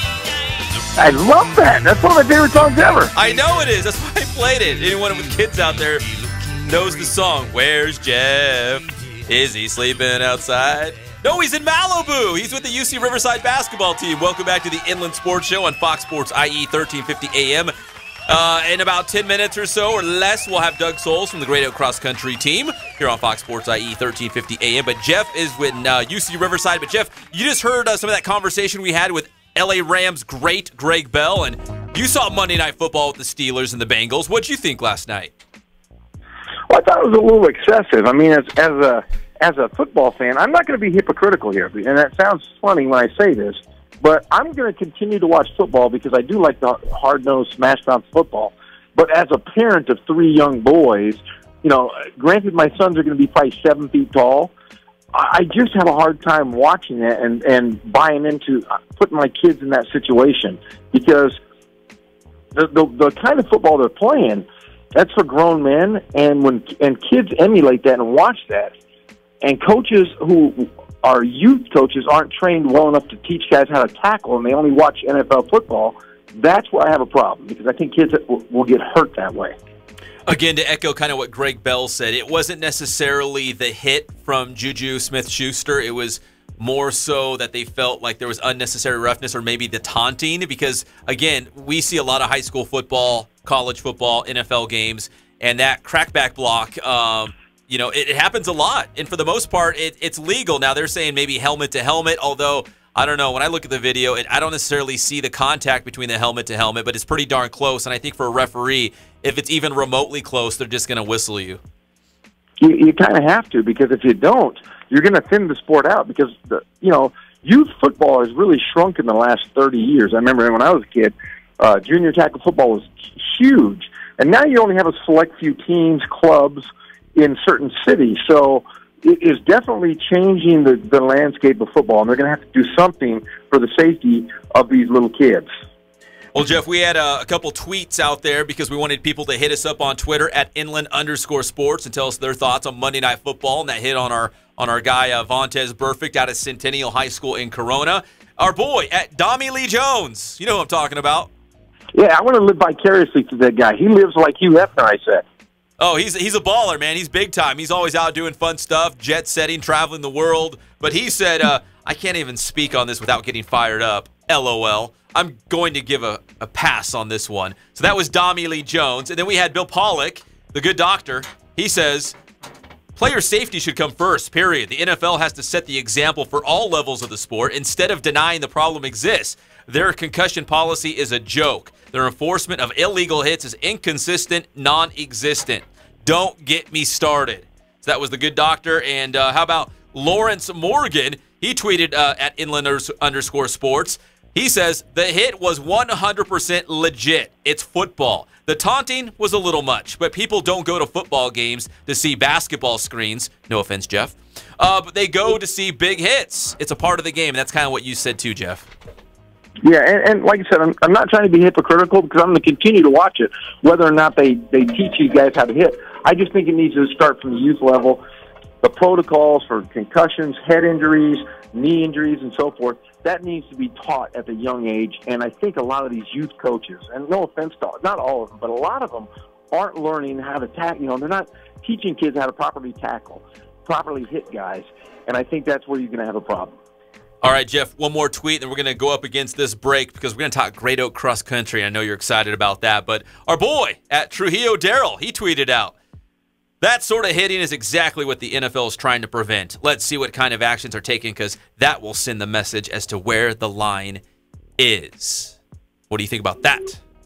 That was a pretty good read. That was pretty good from Darrell. Darrell, the volleyball aficionado. Is throwing out some football knowledge. He was, and I really dramatized it. I really got some emotion behind those tweets. So, anyways, big Monday Night Football game that you heard right here on Fox Sports IE 1350 AM. Jeff, we'll check in with you again in just a couple minutes, but right now we got to switch gears to cross country. We're going to take a quick commercial break. When we come back, the great Doug Souls building a dynasty in cross country at Great Oak High School. We'll be right back on the Inland Sports Show, Fox Sports IE 1350 AM.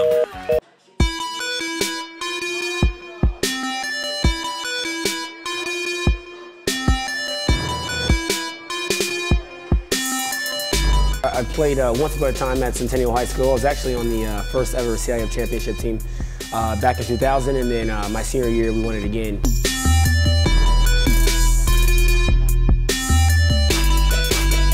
I think that's my passion because I've done it. You know, I know exactly where these athletes are at. I know what their mindset is right now. I know how hard it is to, number one, find a performance coach who can take you to the next level.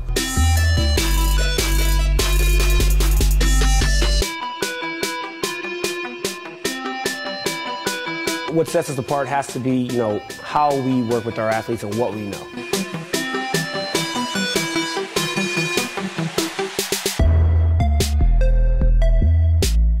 We can take an athlete and you know, help them reach their athletic potential, you know, help them, you know, prevent injuries, help get them stronger.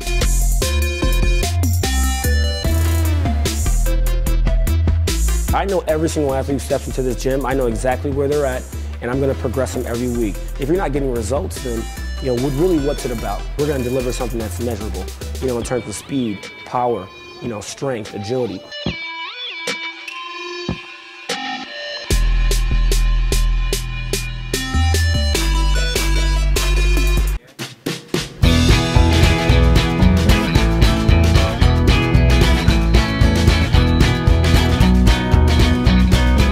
Thank God, first of all. I thank the great people that I've got around me that help support me, the people that work for me. As I started, if it wasn't for the people around me, we probably wouldn't be here right now, but I've got a great staff. I've got great people that do stuff for us outside the store, and we've been very, very fortunate.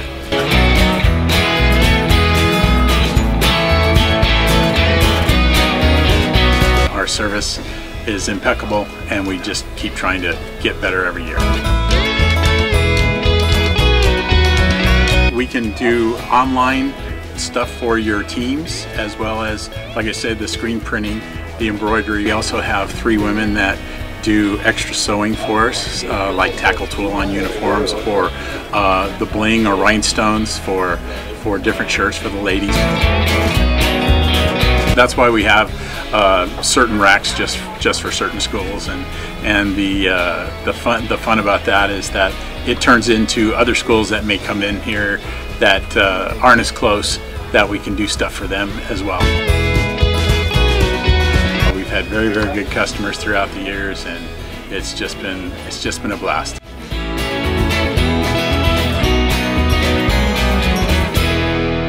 Welcome to the local sports leader in the Inland Empire, the Inland Sports Show. You can find us on Fox Sports IE 1350 AM every single Saturday at 11 a.m. plus live and amplified around the world on the Inland Sports channel on YouTube.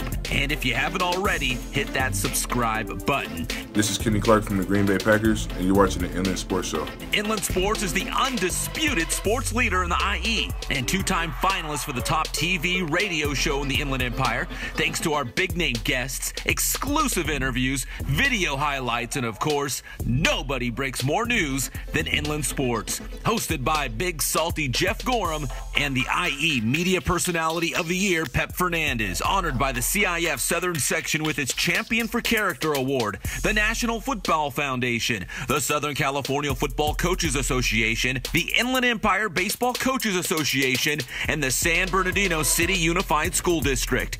We've teamed up with some outstanding companies in our community that are proud to call the IE home, and they care about local sports. Hey, what's up, Pep? You too cool to come down here, man? Too big time now? You can join our team too. If you're a local business or owner, shoot us an email at inlandsportshow@gmail.com. Nobody covers local sports like Inland Sports. Find us on YouTube, Twitter, Instagram, and Facebook.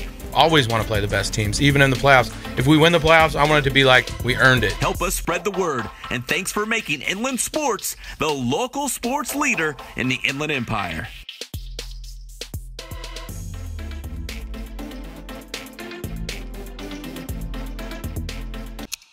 It's time to support the Boys and Girls Clubs. Visit greatfutures.org. Duralast batteries are proven tough to perform in temperatures of 140 degrees and 40 below zero, because when you can start in extreme conditions, you can start in everyday conditions, like running late for work, a broken alarm, creepy parking spots. Duralast, proven tough and only at AutoZone. And right now, buy any Duralast Gold or Platinum battery and receive a $25 Fandango gift card by mail. Limit 1. Get in the zone, AutoZone. I'm a volunteer at United Way. I'm asking people around the neighborhood what they think this place needs. Wi-Fi everywhere. More playgrounds. Oh, more ice cream trucks. I was thinking more money in the pockets of local families come tax time.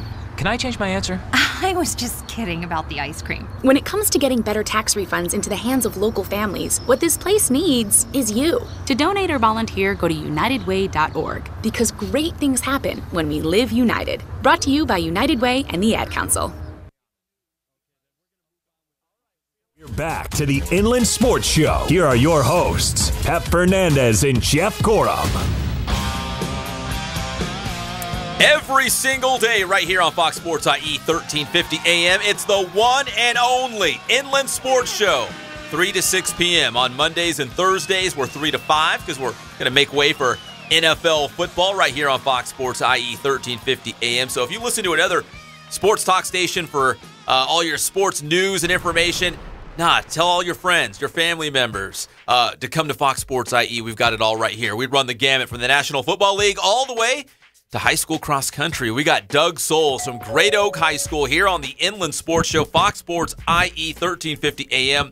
You know, we spend a lot of time talking high school football and how good our team's here, but really, when you look at Great Oak cross country, they are a dynasty. And when you look in the last decade, Coach Souls, what are you guys doing down there in the city of Temecula for that Great Oak cross country team? Absolutely dominant. All these state championships, 11 state titles within this last decade.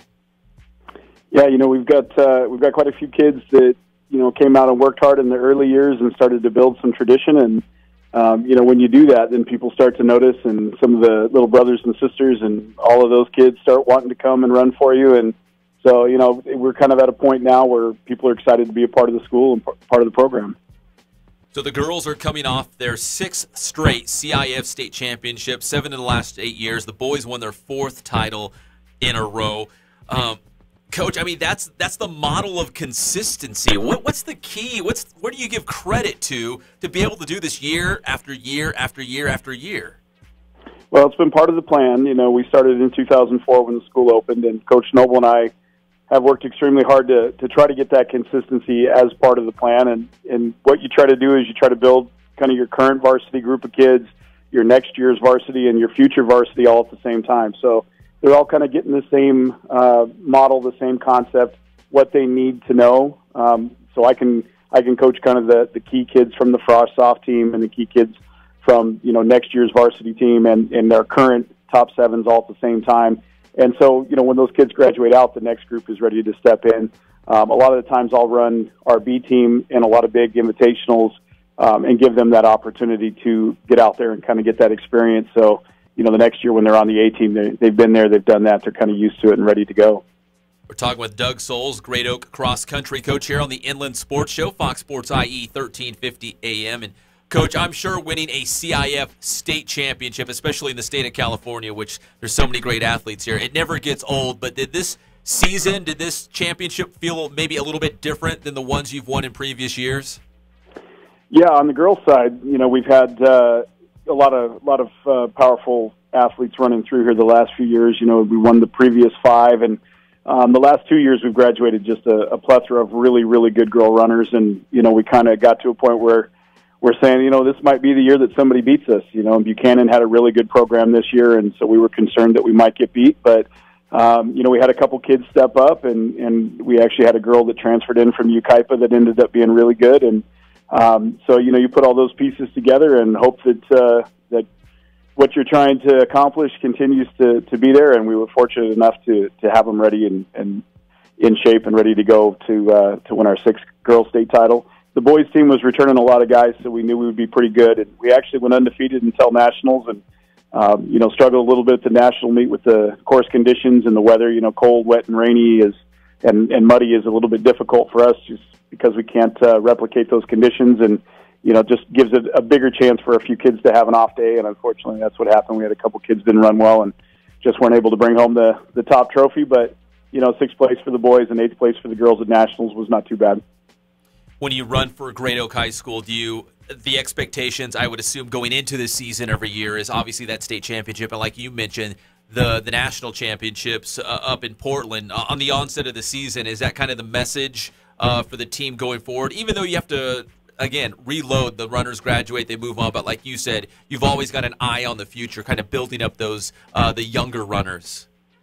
Yeah, I think the most important thing that we try to do is meet with the kids in May, right as track season's starting to come to an end for most of them, and we do what we call our top 16 meetings, and we sit down with the kids that are going to be the varsity kids for the next year, and we say, what are your goals? What do you guys want to do? Don't ask me to coach you to be the best team there's ever been unless you're willing to do the work. And it helps as the kids are working hard. Parents have a question. It's like, look, these are the goals they set. This is what we're going to work towards, and it just kind of gives us a guide to what they want to accomplish. And you get lucky. Sometimes the kids come in with some pretty big goals, and it forces you as a coach to go out there and find ways to help them get to that level. And so I think we've been pretty fortunate. The kids have set goals of winning state, and that's pretty standard, and I think it probably will continue to be. But I think a lot of people assume that it all comes from me and that I'm forcing them to do this or that. But the truth is the kids, kind of have that culture and that mindset that they want to be successful. They've seen the kids in front of them do it, and, to go out there and try to win a national championship like we did in 2015, I think is kind of that standard model for most of them when they go into the season now. Well, coming off that CIF state title and before the national championships, I think you guys took like a limo ride to the airport, wasn't it? Yeah, we got our principal took care of us this year and got us a nice limo bus out to Palm Springs. So we were fortunate to get a direct flight out of Palm Springs, and it's hard when you've got 16 people that you've got to send up on one flight last minute. There's not a lot of flights that still have that many, on a direct flight straight up there. So we got lucky that there was one out of Palm Springs, and our administration took care of us, and the kids had a great time for sure. So forget the yellow bus. You guys just went straight to the limo. There's no Yeah, it was cool. It was a lot of fun. Anytime you get supported like that, I think for the kids, it just shows them that, the school's behind them and they want them to be successful. Well, 11 state championships between the boys and girls teams within this last decade. Coach, what was the state of the program when you arrived at Great Oak High School? Were they already trending up, or was this something that you kind of had to build from scratch? Well, I was fortunate that I started in year one. So, I came in, I was looking, when I left Desert Hot Springs, I said I want to go somewhere that's a first-year program that I can turn into a national championship program. That was the goal. So when I got the job at Great Oak, I was pretty excited, and I told them, hey, we're going to state, and they all kind of looked at me like I was crazy because, we didn't even have kids yet. But I was pretty motivated to come in and build a program that could contend at the national level, and we were very fortunate to end up with a couple good kids. We had Lauren Campfield the first year, and her brother Brett Campfield was one of the best runners in the state at the time. So we felt pretty confident we could get them to state, and we did that. We made it to state the very first year and got 14th. And, slowly but surely, we've just been building. By the time we got to 2007, we started to really get the girls to see that, there was a chance for us to get on that state level. By 2009, we missed our first state title by 3 points. 2010, we won our first state title, and we've won 7 of the last 8 since on the girls' side.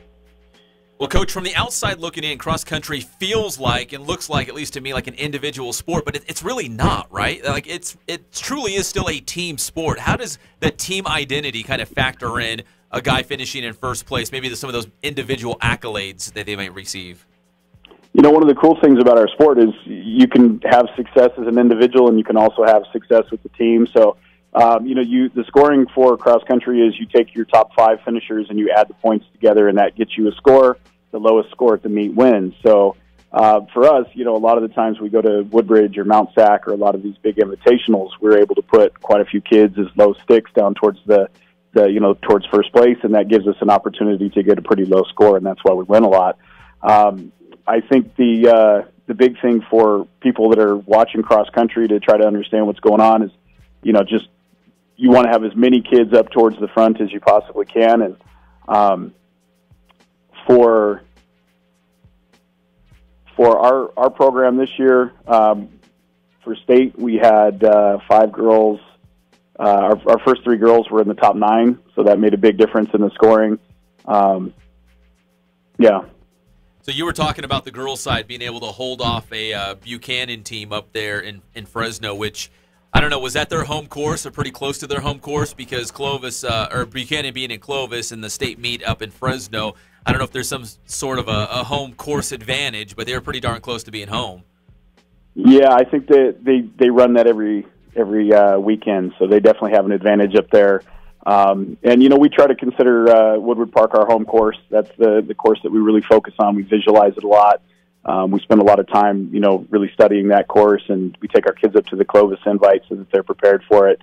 And just, going out of our way to make sure that the kids are aware how to run the course correctly. And so I think we were pretty prepared for it. They were definitely prepared for it, and they came out, gave us a really good run. At the end of the day, I think our number 3 girl, Sandra Fluhoff, had a 9th place finish. And that was a big run for her, and I think that really kind of separated us away from them this season. So that was her 4th time on a state championship team. So that's going to get her 4th state championship ring, and there's only been, I think, 7 other athletes ever in the history of the California State meet that have won 4 team state championship rings. Kiana Beatty, who runs for Washington State now, got 4 for us last year as well. So we've got 2 of the 8 kids that have ever won 4, which is pretty cool. Well, it's been an absolutely dominant run for the Great Oak cross country team. Of course, there's so many great athletes and teams in the Inland Empire, and we spend a lot of time with football, and of course there's some really great softball and baseball programs here in the IE, and I can keep going on and on. But really, when you look at the accolades and the championships, it's hard to stack up with the Great Oak cross country team. Again, 7 of the last 8 years, the girls have won state, not CIF, the state championship, and the boys have won 4 titles in a row. So congratulations, Coach Souls. I know when we announced we made the move to weekdays here on the Inland Sports Show, you said you need to talk more cross country. And I said, well, you know what? We'll get Great Oak on. We'll make that one of our top priorities here. I appreciate that. Yeah, you guys do such a great job, and all the football coverage has been amazing. We get a little jealous here watching how much how everybody gets so passionate. Talking with you guys for that. So we were excited to get a little bit of coverage for cross country for sure. Well, Coach, we'll have to do it again. You guys just keep winning those state championships, and we'll definitely get you back on the show. Is that a deal? Sounds good. I appreciate it. All right, that's the great Doug Souls, the Great Oak cross-country coach. Again, the boys and girls coming off CIF state championships. Coach, we appreciate the time. Have a great day. You too. That's Coach Doug Souls, Great Oak. And again, I feel bad for the other fall sports because it's not anything they did, but when you play in the fall, there's always football. It doesn't matter where you're at in the country, what sport you play, but if it falls during the autumn season, it's not good. I've worked in television all up and down California, and it's the same thing everywhere you go, whether it's volleyball or cross country, some of those fall sports. It's like, we need more coverage. Falls during football season. It's so hard, but we want to give cross country a little bit of love because, again, there's a dynasty at Great Oak High School. I don't know if a lot of people realize this because we talk about championships and Cajon and Rancho Verde and Big Bear and Aquinas. They're going for football state championships. Great Oak has won 11 state titles in the last decade, which is absolutely amazing for a cross-country team. So congratulations to the Great Oak Wolfpack. A little love here on the Inland Sports Show, Fox Sports IE, 1350 AM. When we come back, I guess we'll go back out to Jeff. He's in Malibu on the campus of Pepperdine, getting ready for some UCR basketball tonight. We'll also talk a little CBU basketball as well. And then around the corner, how about some San Bernardino Valley College basketball? The head coach, Quincy Brewer, he'll check in as the Wolverines are the #1 junior college team in the state. We got champions all the way around here on the Inland Sports Show on Fox Sports IE, 1350 AM. Ever since I was young, they said I won't be nothing. Now they always say congratulations. Worked so hard, forgot how to vacation. The Inland Empire's home for all things IE just got even better. Introducing the award-winning Inland Sports Show with Pep Fernandez and Jeff Gorham. Weekdays 3 to 6 p.m. Your local sports leader in the Inland Empire. Fox Sports IE 1350. Only AT&T gives you entertainment your way. So here's our message in a more entertaining way.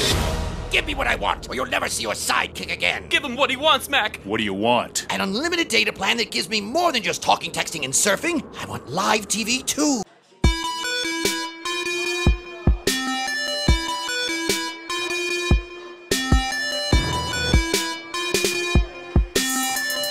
I played once upon a time at Centennial High School. I was actually on the first ever CIF championship team back in 2000, and then my senior year we won it again.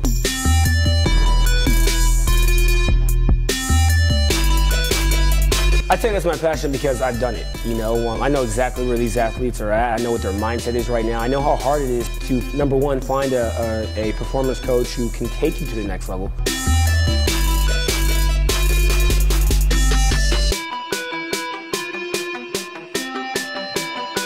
What sets us apart has to be, you know, how we work with our athletes and what we know.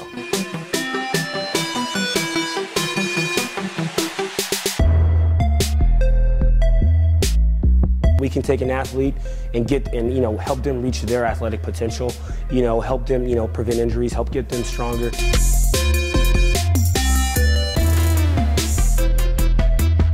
I know every single athlete who steps into this gym. I know exactly where they're at, and I'm going to progress them every week. If you're not getting results, then, you know, really what's it about? We're going to deliver something that's measurable, you know, in terms of speed, power, you know, strength, agility.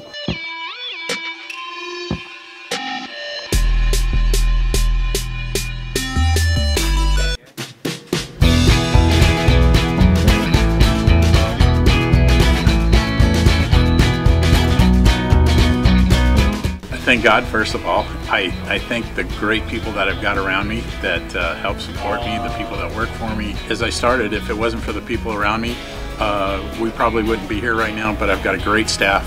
I've got great people that do stuff for us outside the store, and we've been very, very fortunate.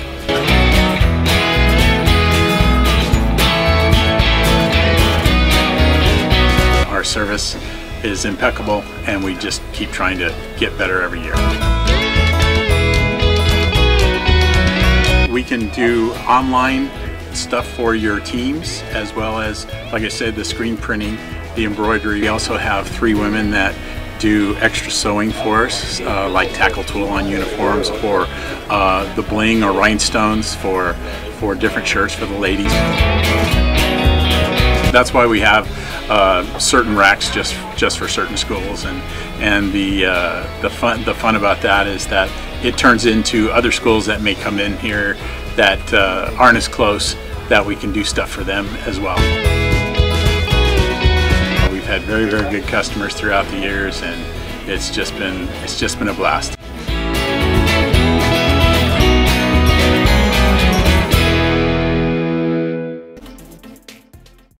Welcome to the local sports leader in the Inland Empire, the Inland Sports Show. You can find us on Fox Sports IE 1350 AM every single Saturday at 11 a.m. plus live and amplified around the world on the Inland Sports channel on YouTube. And if you haven't already, hit that subscribe button. This is Kenny Clark from the Green Bay Packers, and you're watching the Inland Sports Show. Inland Sports is the undisputed sports leader in the IE and 2-time finalist for the top TV radio show in the Inland Empire, thanks to our big-name guests, exclusive interviews, video highlights, and of course, nobody breaks more news than Inland Sports. Hosted by Big Salty Jeff Gorham and the IE Media Personality of the Year, Pep Fernandez, honored by the CIF Southern Section with its Champion for Character Award, the National Football Foundation, the Southern California Football Coaches Association, the Inland Empire Baseball Coaches Association, and the San Bernardino City Unified School District.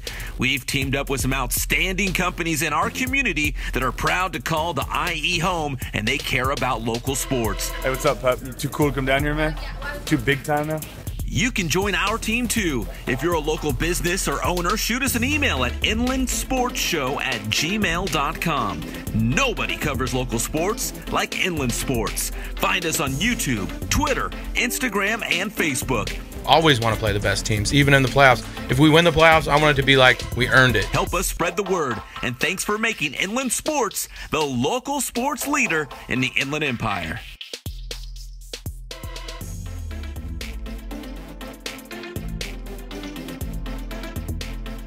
be a part of it. Make more. Teach. Visit teach.org. Brought to you by Teach and the Ad Council. I'm getting a big hug from Smokey Bear because before I left my campfire, I drowned it out, stirred it, and drowned it out again until it was cold. Visit SmokeyBear.com to learn tips to prevent wildfires. Brought to you by the U.S. Forest Service, your state forester, and the Ad Council. From the Cold Star Ice Studios, it's Fox Sports IE, 1350 AM, KUBE, Riverside. Now back to the Inland Sports Show. Here's Pep and Jeff.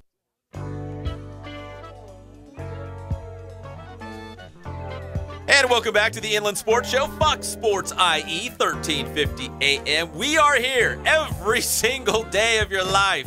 We were just talking about, are we here on Christmas? Like, are we really going to be? I think Christmas is a Monday, isn't it? Jeff, Greg, anybody? Yeah, I think it is on a Monday this year. I think it is a Monday. But maybe, yeah, I don't know, maybe not Christmas, but every other day we're going to be here, 3 to 6 right here on Fox Sports IE, 1350 AM. This is the one and only Inland Sports Show. We're breaking down all things sports in the Inland Empire. I'm Pep Fernandez in studio right here, our beautiful Inland Sports studio. We've got all the good decorations, jerseys from all the different teams, and a Kylo Ren mask in the corner because we're Star Wars nerds as well. Jeff is live in Malibu at Pepperdine University, getting ready for some college basketball tonight. How you doing, Jeff?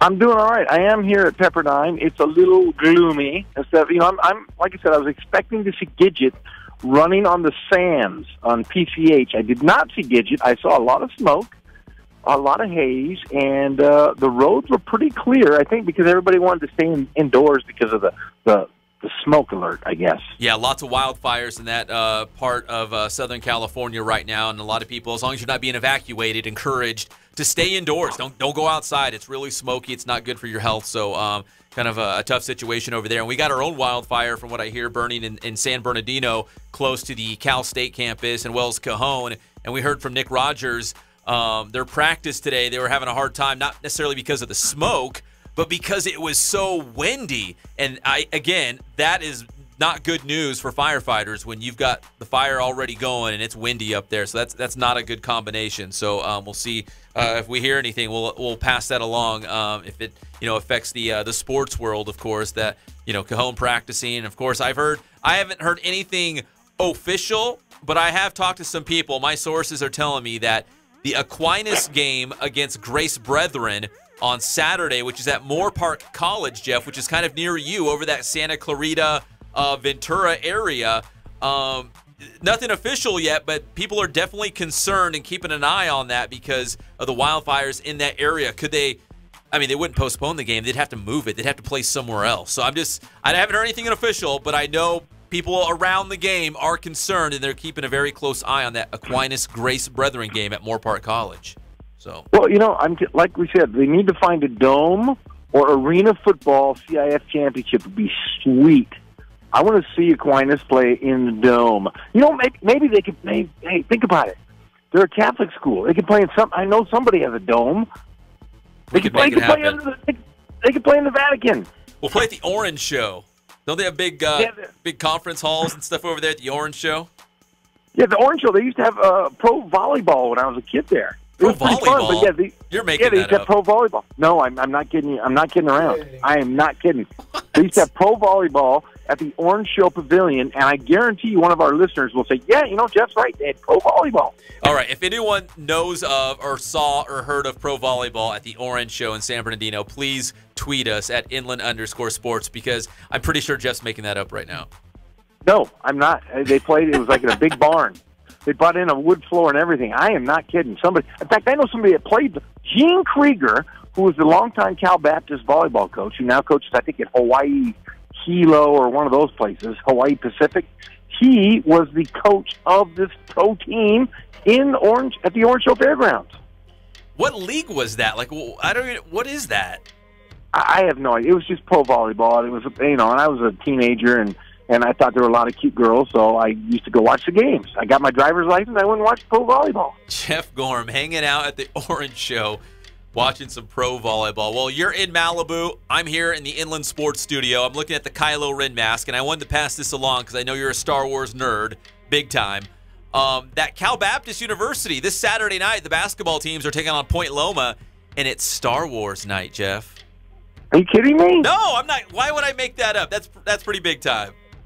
So Cal Baptist is having a Star Wars night for one of their basketball games. Is everybody going to dress up as characters and stuff? You know what? Our guy Cullen, intern Cullen's going to be out there on Saturday night, and I'm going to task him with getting some pictures or video when he goes out to Cal Baptist tonight, and on Saturday night when they take on Point Loma, and bring back some evidence, because I know they're giving away, I think they're like shirts, like Star Wars style shirts for the CBU fans, movie tickets. And again, if it's Star Wars night, if you're going to dress up, right, Jeff? You got to dress up. Well, yeah, it's kind of hard to go to a Cal Baptist game when I'm the voice of the UC Riverside Highlanders. But if I go in Darth Vader garb, I could show up. No one will know it's you. You'll be undercover. No. I'll be undercover. I'll be the overweight Darth Vader at 6'8". Man, Darth Vader has really let himself go. Look at that guy. Yes, or as my buddy here, John Maxwell, just called me Jabba. I'm not a big what would he be, a slug? I'm not slug, but I can still move, and I do have some Darth Vader garb at home. All right, Jeff, can we get real for a second? Get real serious? Yes. You are a Star Wars nerd, and if you were able to go to Cal Baptist on Saturday night for Star Wars night, what do you actually have in your closet at home? If you weren't Darth Vader, who could you dress up as right now? I mean, you've got it in your closet. You don't have to go online and order it. You don't have to go to the store. You've already got it. You just throw it on and head to CBU on Saturday night when they take on Point Loma. Well, I have at least 3 Stormtrooper helmets at home. I have a Darth Vader helmet. I have a full Jedi gear with, I think I have 4 or 5 lightsabers just sitting around too. You came as a Jedi on this show. I did. Yes, I did. I was more like Qui-Gon because I think I had my beard at the time. Qui-Gon Jeff, Jedi Knight. Qui-Gon Jeff. Yeah, and I can slice and dice. Except I like the red lightsaber. So that means you're bad. That's a Sith. You're a Sith Lord. I'm kind of a Sith Lord. Everybody they call me some other kind of Lord. It might sound a little bit like Sith. Well, we know Matt Logan is the original Sith Lord for the Evil Empire at Centennial High School, right? But you could fit right in as well. Yeah, he's the Emperor. Matt Logan sits up in the Death Star. Don't kid you. He doesn't live in Corona. He lives up in space in a big Death Star. So big Star Wars night coming to CBU on Saturday night. But tonight, UC Riverside taking on Pepperdine. And, Jeff, I love traveling with the team because you really get to know some of the players and the coaches. You get to be around them a lot. And I'm sure through the course of the season, we'll have a lot more stories to share, kind of behind-the-scenes stuff. I mean, we could break down X's and O's and win-loss records and all that kind of stuff, but it's really the flavor when you get to know these guys behind the scenes. And I had a chance to talk to Brian Weathers, the director of basketball operations, and technically he's an assistant coach as well for UC Riverside.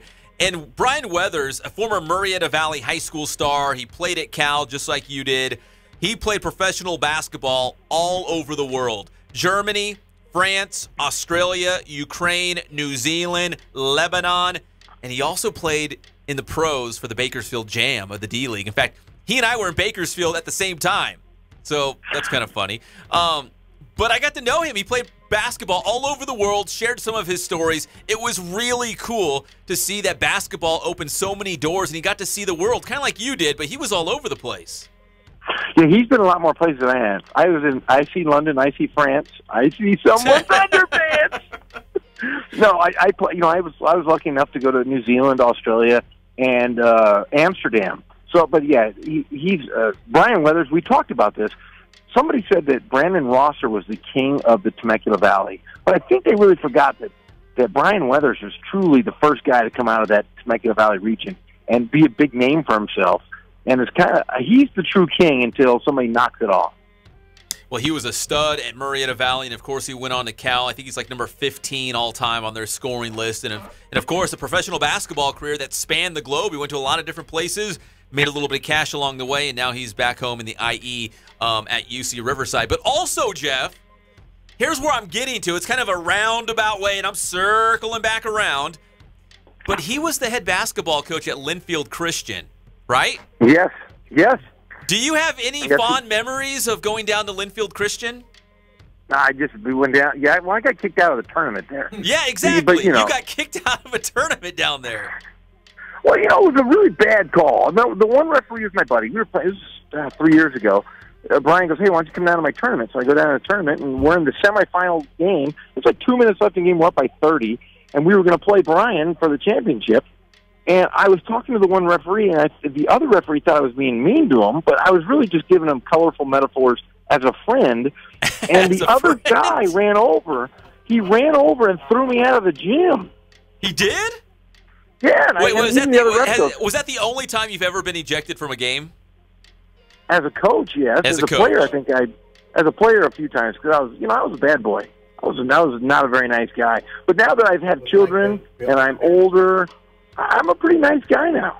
So you were like the Bill Laimbeer of high school basketball, college basketball back in the day. I was just a jerk. I'll be honest with you. We asked the majority of the people when I was younger. I was just a flat-out jerk. So, and now like you're what?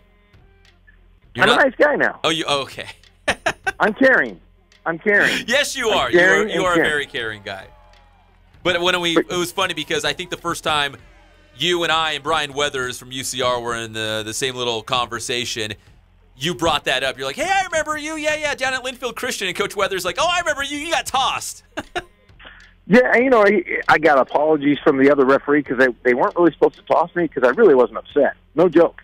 And the other guy just didn't know me and didn't know my sense of humor. And so I did get to coach again. They didn't suspend me or anything, but it was still bad to get thrown out of the game for sure. Well, it was awesome to catch up with Brian Weathers as we were just standing in line at the airport. Again, we were the last two guys to get on the plane, and it was packed. I had a middle seat, but I told myself, man, it could be worse. I could be sweaty, coughing Jeff Gorham. Yeah, it could have been me coughing on a plane flying back from Michigan, being the last guy on there sweating, and people thought I was gross. I probably smelled. Yeah, it was horrible. Hey, you have Quincy Brewer on the show tonight, don't you? Yeah, the SBVC head basketball coach will be calling in about 10 minutes. Okay, just remind that guy, say, hey, you gave Jeff his worst beating as a coach in history. I go back to Ramona. This is a great one. I know I'm here. We're supposed to be talking UCR hoops, but listen, I go back to Ramona. It's like the first time I've been back, and as a coach, I'm like getting everybody saying hello. I got friends came over from like a homecoming for you, right? They rolled out the red carpet. It was like a homecoming. The king is back. Yeah, and so I'm over at, I think I was at Norte Vista my first year, and I had 5 freshmen starting on the varsity. I took my lumps. But, he beat me by 80 points. That's pretty bad. Yeah, he beat me by 80. So Quincy Brewer gave me the worst beating of my life at homecoming. And I remember just walking out with my tail between my legs getting beat by 80 by my old high school. So when we get Quincy Brewer on the show in about 10 minutes, I will certainly ask him that and ask him if he remembers, because he's got a lot of wins in his career. He might say, I kind of remember, but maybe that one stands out for him. Oh, I'm sure it definitely stands out for him. I mean, come on, like I said, I was a jerk, and he got to beat me. He got to beat me by 80. I got Brian Weathers right here sitting next to me here. Oh, is he? He just walked in the gym. He's sitting next to me, and he got beat by 80 by Quincy Brewer. So just remind him about that. I will. When we talk to Coach Brewer, I will definitely bring that up. But if you got Brian Weathers right there, because as we travel with the Highlanders, there's some very important things that take place behind the scenes, and one of them is they feed us very, very well, and all the time. They feed us all the time, right, Jeff? Oh man, I got food sitting right next to me. The associate athletic director, John Maxwell, brought me. He brought me. It looks like he brought me some baked ziti and some bread, maybe. And a diet drink of some sort, which I despise diet drinks, but what's water. What's for dinner though? Because they usually have food waiting for you when you get back on the bus after the game. It's wonderful. Oh, it's always great. Brian Weathers, the Dobo, the director of basketball operations, always sets us up with great food. Always. So what's for dinner tonight after you guys pick up a big win at Pepperdine?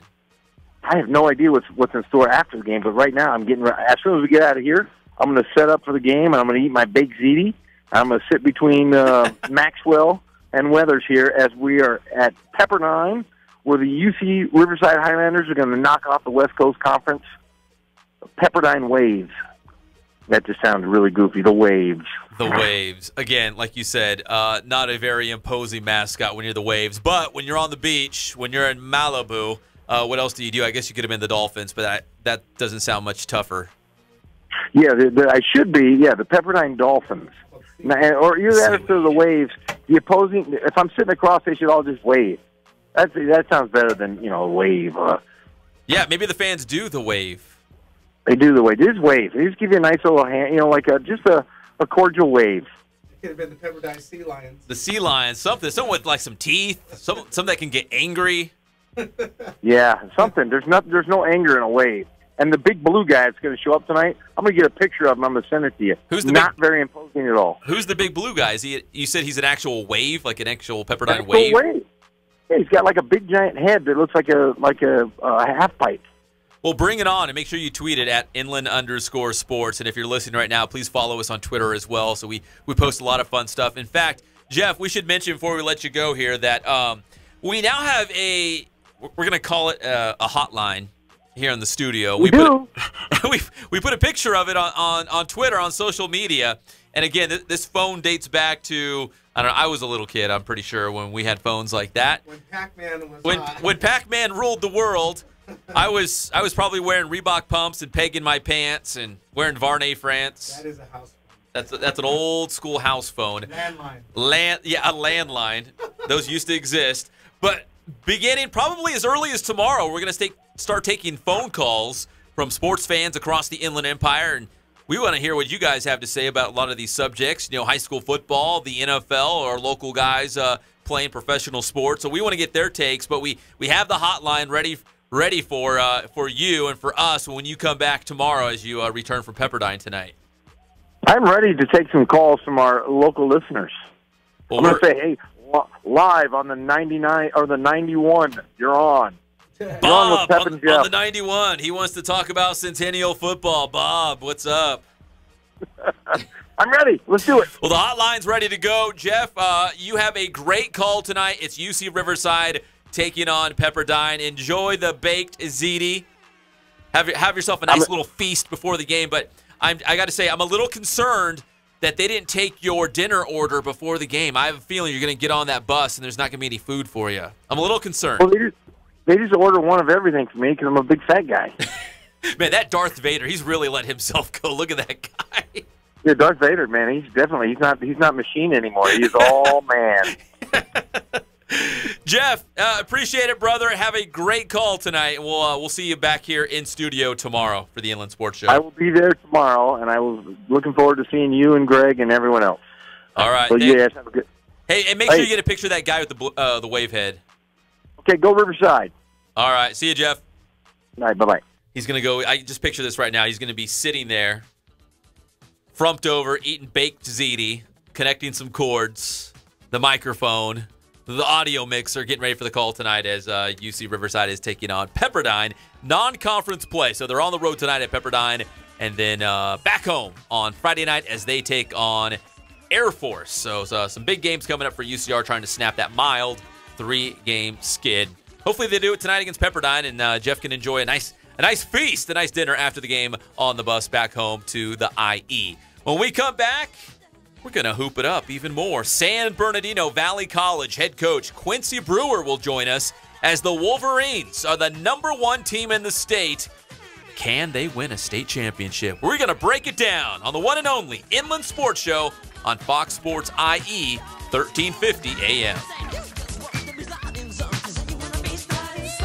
The Inland Empire's home for all things IE just got even better. Introducing the award-winning Inland Sports Show with Pep Fernandez and Jeff Gorham. Weekdays 3 to 6 p.m. Your local sports leader in the Inland Empire. Fox Sports IE 1350.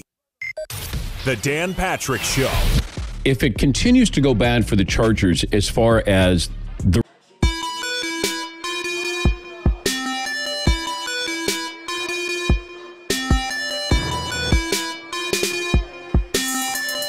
I played once upon a time at Centennial High School. I was actually on the first ever CIF championship team back in 2000, and then my senior year we won it again.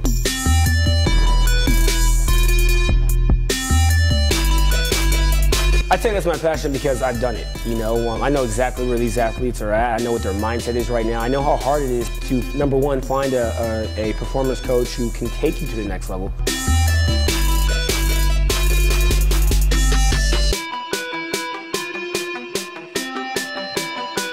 what sets us apart has to be, how we work with our athletes and what we know.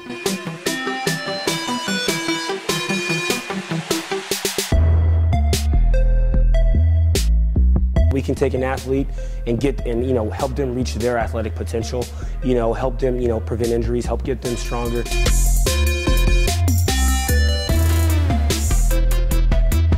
I know every single athlete who steps into this gym. I know exactly where they're at, and I'm going to progress them every week. If you're not getting results, then, really what's it about? We're going to deliver something that's measurable, in terms of speed, power, strength, agility.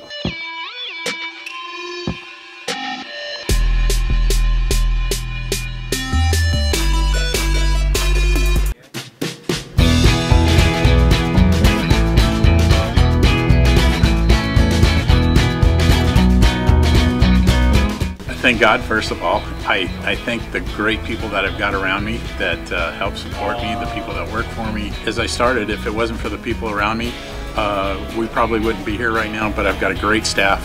I've got great people that do stuff for us outside the store, and we've been very, very fortunate.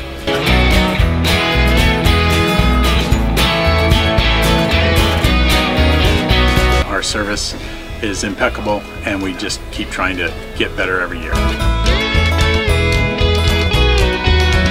We can do online stuff for your teams, as well as, like I said, the screen printing, the embroidery. We also have 3 women that do extra sewing for us, like tackle tool on uniforms, or the bling or rhinestones for different shirts for the ladies. That's why we have certain racks just for certain schools, and the fun about that is that it turns into other schools that may come in here that aren't as close, that we can do stuff for them as well. We've had very, very good customers throughout the years, and it's just been a blast.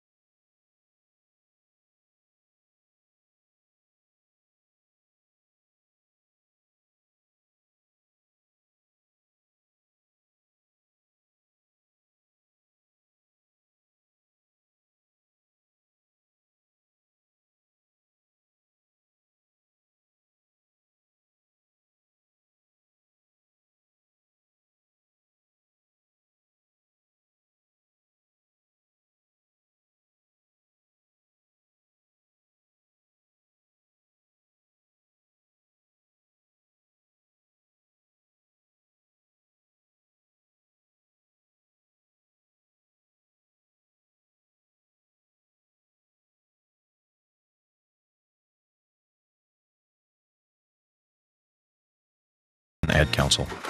My savings are gone. Okay, where were they last? Here, right before I spent them on that vacation to Aruba. Weird. Not weird. Not saving now means no money later. For free ways to save, go to feedthepig.org. This message brought to you by the American Institute of CPAs and the Ad Council. Are you struggling with your mortgage payments? Call 888-995-HOPE to talk one-on-one with a housing expert about your options. Or visit makinghomeaffordable.gov. Brought to you by the U.S. Treasury, HUD, and the Ad Council. If you're struggling with your mortgage, there's a free government program that offers expert one-on-one advice about your mortgage options. Call 1-888-995-HOPE or visit makinghomeaffordable.gov. Brought to you by the U.S. Treasury, HUD, and the Ad Council. We're back to the Inland Sports Show. Here are your hosts, Pep Fernandez and Jeff Gorham. And welcome back to the Inland Sports Show on Fox Sports IE, 1350 AM. Of course, giving lots of love to football this time of year. We got 4 high school teams still playing for state championships as we move a little bit closer to Christmas, playing deep into December. But right now, it's that time of the year. It's a little bit of crossover because we're going into basketball as well. We've got some great teams right here in the Inland Empire. And it starts at San Bernardino Valley College, the Wolverines' top team in the state of California. And we've got the head coach right now on the spoiled quick quality oil change celebrity hotline. It's the great Quincy Brewer. Coach, how are you today? You know, hey, I'm doing great, man. How about yourself? I'm doing pretty good, man. I'm just hanging out, talking sports, so it doesn't get much better than that. And we're excited to talk Wolverine basketball here on the show. I read a quote from you that you're happy to be number 1 in the state, but it's more important to be number 1 in the state at the end of the season as opposed to here in the start of the season. You know, again, absolutely. Every single year it seems like our team comes out and plays good at the beginning, but, you know, at this level and at all levels of sports and basketball, definitely in particular, it's kind of hard to always maintain that throughout the season. So, you know, again, it's great to be number 1, but we want to focus on March. Those last 7 or 8 games in the season and conference and also playoffs are just absolutely imperative for us. I know it sounds kind of cliche-ish in the sports world when you say, oh, we want to be peaking at the right time, like playing your best basketball. But there really is some truth in that, right? Like you said, it's one thing to be playing great at the beginning of the season, but you'd rather be hot going into the postseason, right? You know what? It is so true. It's kind of good now to win ugly and almost not blow anybody out because, again, in basketball, if you peak too early, the only way that you'll end up going is down. Probably about 12 years ago over at Riverside Ramona High School, I had a very talented team, and our team won about 27 games in a row. And they exerted so much energy into that season that they didn't have anything left in the playoffs. And just dealing with the pressure for the whole season of just being undefeated, I think that it really, you know, kind of basically wore the kids down a lot. Well, Coach, speaking of Ramona, and I'm glad you brought up the Rams because Jeff Gorham, my co-host, has shared a story before you came on the air that he was the head coach at Norta Vista long time ago. And he was starting 5 freshmen, and he came back to Ramona where he played his high school basketball, and you beat him by 80. I beat him by 80. Yeah, he wanted to know, do you remember that game? Because it was his first game back to Ramona High School as a head coach, and he brought his Norta Vista team, and he's like, hey, tell Quincy. He's like, his Ramona team beat me by 80 that night. You know, actually, I'm not quite sure if it's by 80 points, but I do have a slight memory of that game. It was an event to where, you know, that year I think that my team only probably had about 7 guys, and basically the guys that were in practice were tired of playing against each other, so they kind of actually took it out on those guys, I think. Well, Jeff remembers it. He said, Quincy, you beat him pretty bad back then. Sorry about that, Jeff. Back at your Ramona days. But now you're at San Bernardino Valley College, the number 1 team in the state. You're coming off a tournament where you actually had some close games. I'm thinking that the Ventura game, it was a 1-point game. So is it kind of good to have those close games early in the season so you learn how to win? You know, it's awesome. Again, you know, it's actually easier to coach guys when the overall score is close. You know, everybody wants to come in and, you know, constantly blow out teams, but I just believe that there's lessons to be learned when you're able to win those tight games. You know, it's actually in that game, we were down by 1 point. There was a total of 3 seconds on the clock, and we were able to draw up a play and basically win it at the buzzer, so it was a great game. Now, I know at the junior college level, it's hard to keep that consistency because you have the guys at the most 2 seasons, right? And then they move on and hopefully go to 4-year universities. So how do you continue this success that you've had at San Bernardino Valley College? Because the Wolverines, I mean, all you have to do is go in the gym, especially the old gym, and see all those banners hanging up on the wall. I mean, year after year, you guys are able to get it done. Like, what's the key to that? Well, I mean, again, the main thing is that it's all about the kids, you know, and I say it year in and year out. There's probably been 4 years here that I've probably had more talent than anybody in our team to not win a championship, but I still felt like a winner because they all graduated and moved on. So anytime that we're dealing with any kids, we come in with our overall track record, you know, which right now we probably graduated about 98% of our kids move on to schools. So, you know, again, as long as the main focus is on the kids, it's not easy to basically recruit at any level of basketball, but it makes it more feasible because we're able to go in and, show people that, look, you know what, we had a guy, out of L.A., Jerry Blakes, and we also had a kid, Charles Callison, over at Canyon Springs High School that were not heavily recruited, but yet those guys basically moved on to the Pac-12, and they both started at the same time, and now they're both pros, and more importantly, they also graduated with their degrees from those schools. So that's the main thing, is that you have to make it student-athlete oriented. Winning is very important. I love to win because it's fun, but again, we sell that the kids will graduate from here and they'll move on and they'll have an opportunity to basically further their schoolwork. We got Quincy Brewer, the head basketball coach at San Bernardino Valley College, here on the Inland Sports Show, Fox Sports IE, 1350 AM.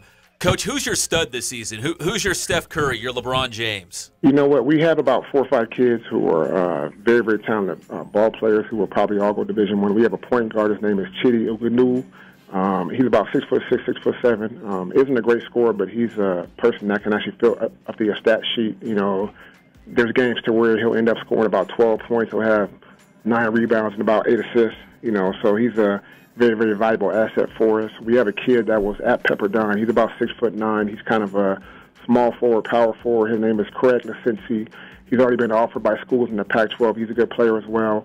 We have a shooting guard from over in Santa Monica, a left-handed kid who's a sophomore. His name is Chris Johnson. He's shooting about 48% right now from behind the arc. We also have a power forward, Kendall Lauderdale. He's about 6'7", 6'8", physical guy, and he also has a pretty good jump shot. And then we have a couple kids who are actually from the San Bernardino area. We have a kid named Kevin McNeil that played over at Cajon High School. He just poured in 27 points on Saturday in our win against Ventura. And then we have a kid, Tymore Glover, that played over at San Bernardino High School. And basically on that kid, we've been getting calls from schools like LSU and also Gonzaga. So we have some pretty high-profile kids. We don't have one player in particular who we actually depend on. We have kids who are talented at, basically just about every spot. So that kind of actually makes it funnier in the games and practices, and it also makes things a lot more competitive as well. Yeah, that's a good problem to have when you have so many great players across the board. Like you said, you don't necessarily need that leading man, that star player, because if you got great guys across the board, obviously the proof is in the pudding. You guys are off to a great start, #1 in the state of California right now. So I think, is the RCC tournament this week? This week. It'll end up being Thursday, Friday, and Saturday. Okay, so that's coming up. Are you excited about that one? You know what, again, it's a very, very tough tournament. It's a good tournament because it has a great history. So, yes, we are very excited about it. So you got RCC this week, and of course, I guess after the first of the year, as we get into the new year, we'll get back into conference play. And like you said, these preseason tournaments, the non-conference games, it's kind of building towards conference play, and of course, conference play leading right into the postseason. And I was at that game. It was a first-round game against RCC last year, so I know you probably want to erase those memories, right, and get back to the postseason and try to go a little bit farther than the first round. That actually hurt us drastically. Obviously, any time that you ever lose at home, basically in the playoffs, when you're a top seed hurts. So we are very eager to go play in the RCC tournament and to also get to the playoffs again. Do you have guys from that team from last year that maybe some holdovers that remember that season and remember how good you guys were, but obviously not being able to finish and make it deeper into the postseason like you would have wanted? We actually have probably about 4 guys who were here last year who played, who, kind of understand actually what went wrong. So they're obviously very eager to get back on the court and get after it. So at the junior college level, because I think a lot of people think, well, junior college, maybe it's not as good as different levels of basketball. But like you said, there's Division I talent at San Bernardino Valley College. Now it's your job to obviously win on the court, but to get these guys to the next level, because there's already a bunch of D1 schools looking at these guys. Or the guy from Pepperdine, he's already been at D1. Now he's trying to get back on track with the Wolverines. But there's serious talent at SBVC, D1 talent. Again, most people, kids in particular, don't realize the definite level of talent that's at this level. We've had at least one college coach come in from every single Pac-5 conference in the country. That's the ACC, the Big Ten, and Big East. We've had at least one head coach that was here on our campus over my 10 years here. So, again, there are people that kind of give it an overall negative definite connotation. I didn't play JC basketball. I was actually blessed as an actual student athlete to be able to go right on the ASU, but, you know, it's a great bridge for student athletes. You know, there's some kids that don't make it because of their grades or their skill set, but, you know, again, it isn't a place that I ever tell anybody to call home. It's a bridge. And, you know, again, as long as you see it like that, you will be able to manifest a whole bunch of success. Well, who knows, Coach? Maybe LeAngelo Ball will show up at your doorstep wanting to play for the Wolverines. Sign him up. Go. Sign him up. there you go, right? It's a bridge. Bridge to get to the next step. Just call up your boy LeVar Ball and hook that. Absolutely. That would be great, actually. It's the great Quincy Brewer here, the SBVC men's basketball coach. The Wolverines have the RCC tournament coming up this week. And Coach, before we let you go, what do you think the keys are for you guys as you go into conference play to continue to improve, to continue to get better? And again, of course, being number one in the state, everyone's going to be coming out to get you guys. You know, again, really, I think not only here on this team, but I think with all kids in general, it's just really, really understanding that you are fortunate to play basketball, having an attitude of gratitude. You know, we've actually gotten away from, you know, kids who just love to play basketball, whether it's 1-on-1, 2-on-2, 3-on-3, 4-on-4, 5-on-5. You know, just really, really appreciating the moment and also savoring the moment. Like, for instance, we actually were basically invited to a tournament over in Arizona, and it's going to be the biggest national tournament, you know, in the country. There's going to probably be about 4 or 5 teams there that are ranked in the top 15, top 20. So that's a phenomenal opportunity. Going down to the RCC tournament is a phenomenal opportunity. So I think the main thing is that just like really having an attitude of gratitude and just being thankful that you're able to play basketball, you're living in California, and more important, you're ranked number one. You know, those are things that shouldn't be taken lightly. Well, it's a great opportunity, and clearly you guys are seizing that opportunity. The number one team in the state going to the RCC tournament this week, and hopefully, Coach, we'll be seeing you guys making a deep postseason run and finish the job this year and finish with that state championship. Sounds good. All right, that's Quincy Brewer here on the Inland Sports Show, Fox Sports IE 1350 AM. Coach, we always appreciate the time, and yes, we will do this again. We're going to be following you guys very closely over there at SBVC.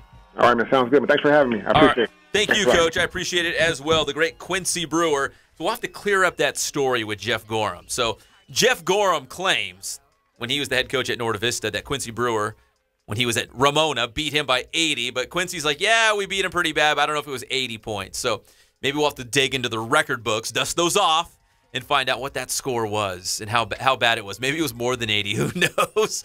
But Jeff, the former Ramona High School star, going back to his old stomping grounds, and the Rams giving it to his Novi team. So what are you going to do?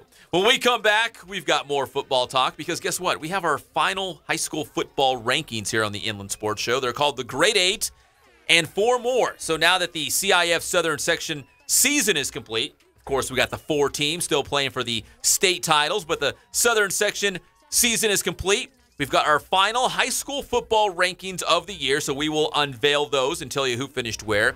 And we'll also kind of look at some of these college football bowl games that are coming up over the next couple of weeks. In fact, we've got Oregon against Boise State on December 16th, so that's right around the corner. The bowl season is upon us. We'll break that down as well here on the Inland Sports Show on Fox Sports IE 1350 AM.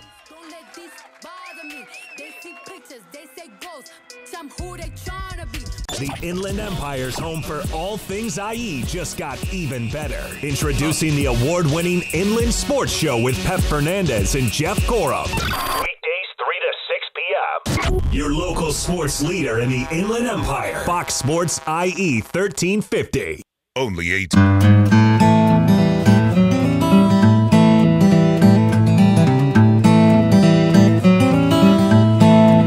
We focus on the customer here.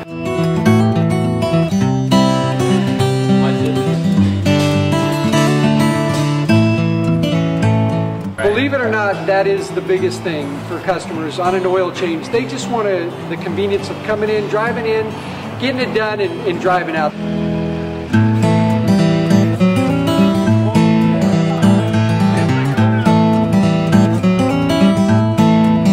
We just greet them, get them going, and they're done in about 10 minutes or so.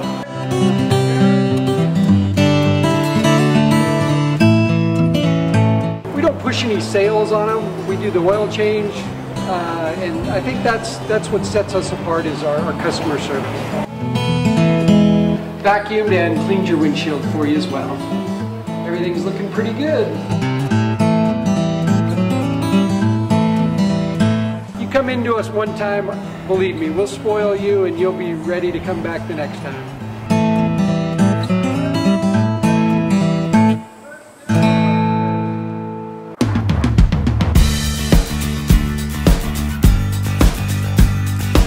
We're small, family-owned, strive for quality pre-owned vehicles. We're not a volume dealer, and we take every deal as personal to us.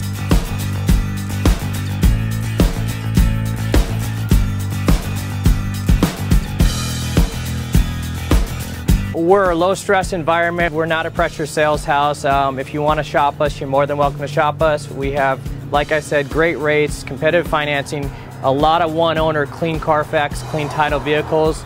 As you see, we have Carfax everywhere. That's most important to us, to educate our customers before they make a purchase.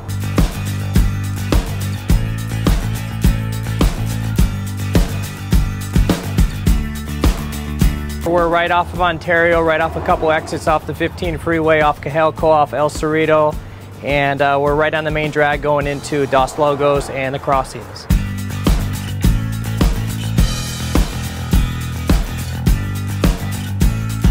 We have great financing, we have great lenders that we're using. We do buy, sell, trade, cash for your car. Whatever we need to do to help accommodate the customer, that's what we're here for.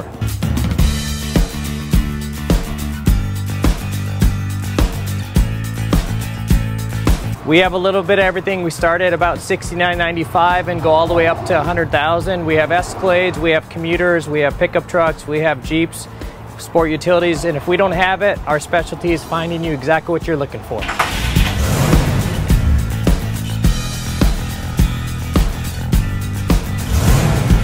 Or more. My name is Dale Beatty. I'm a wounded veteran. Join me August 1st for the world's largest golf outing, presented by Billy Casper Golf. Help Fisher House Foundation build no-cost comfort homes for military families. Get details at fisherhouse.org/golf.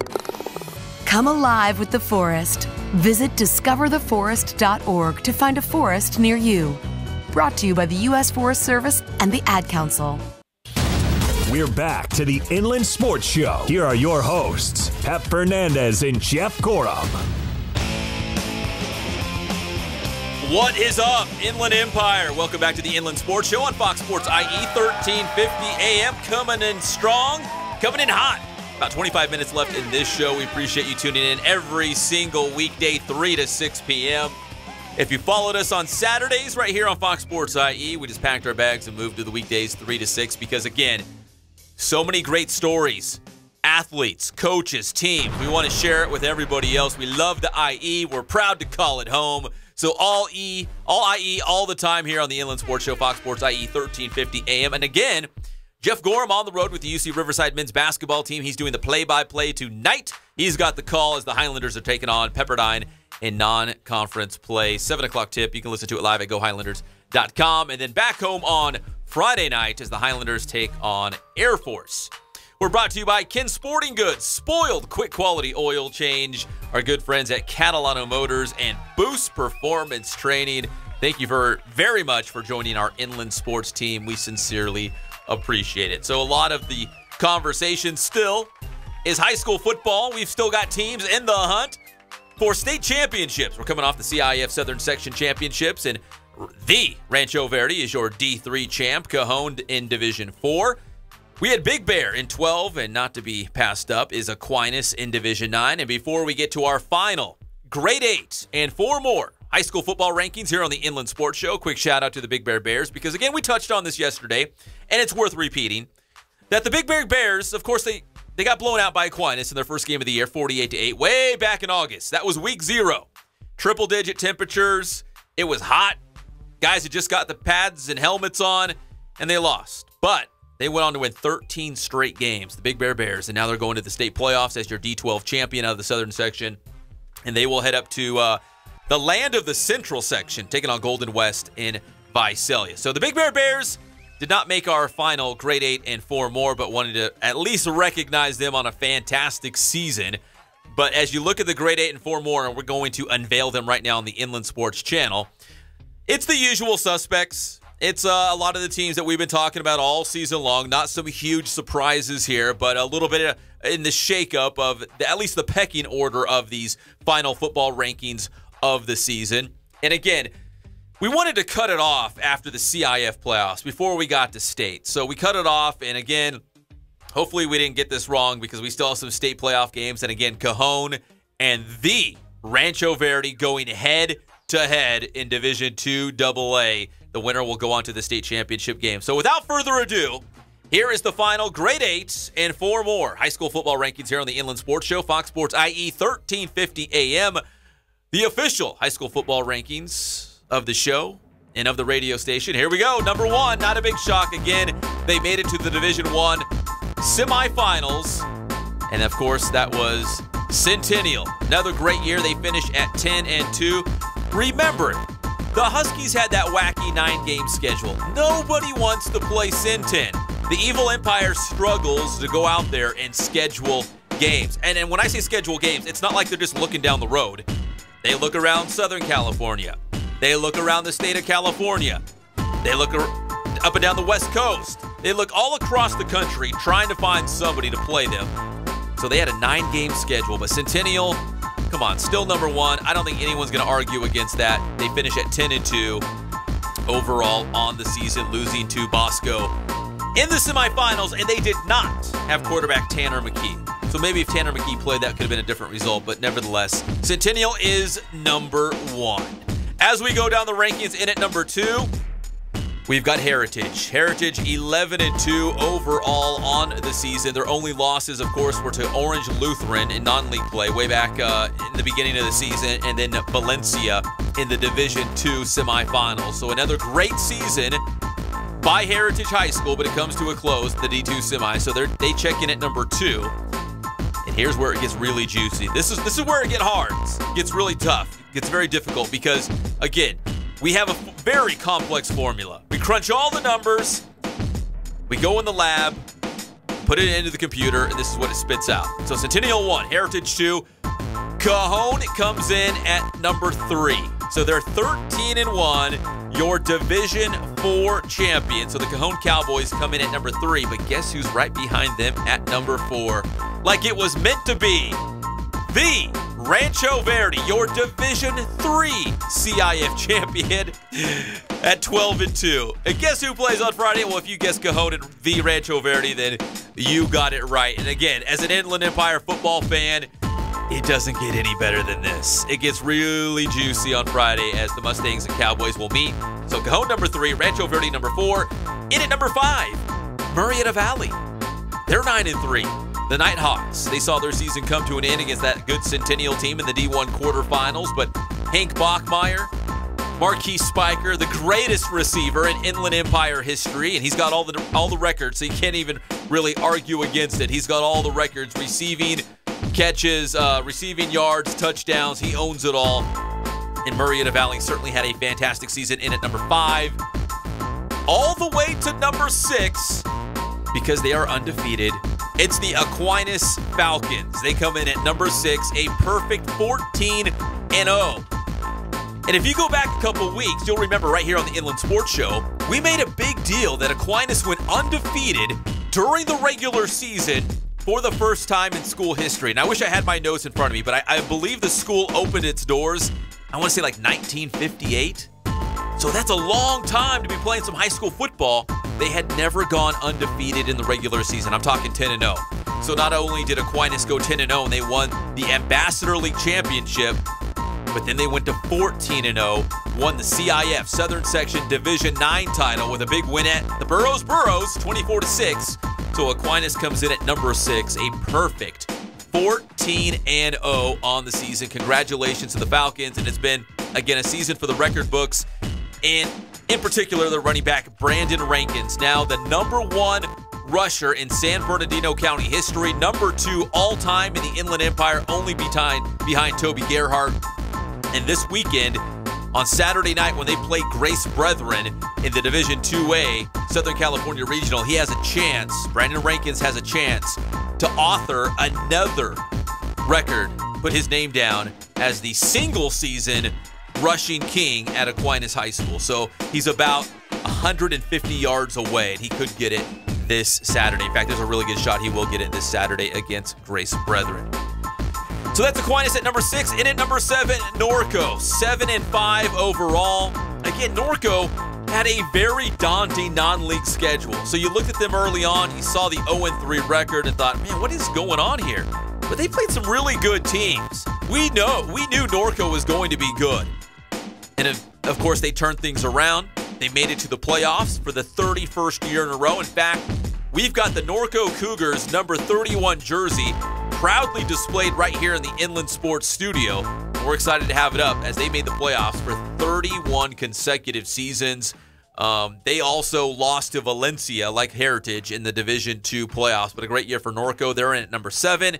And to round out the Grade 8, we got Citrus Hill at 10-2.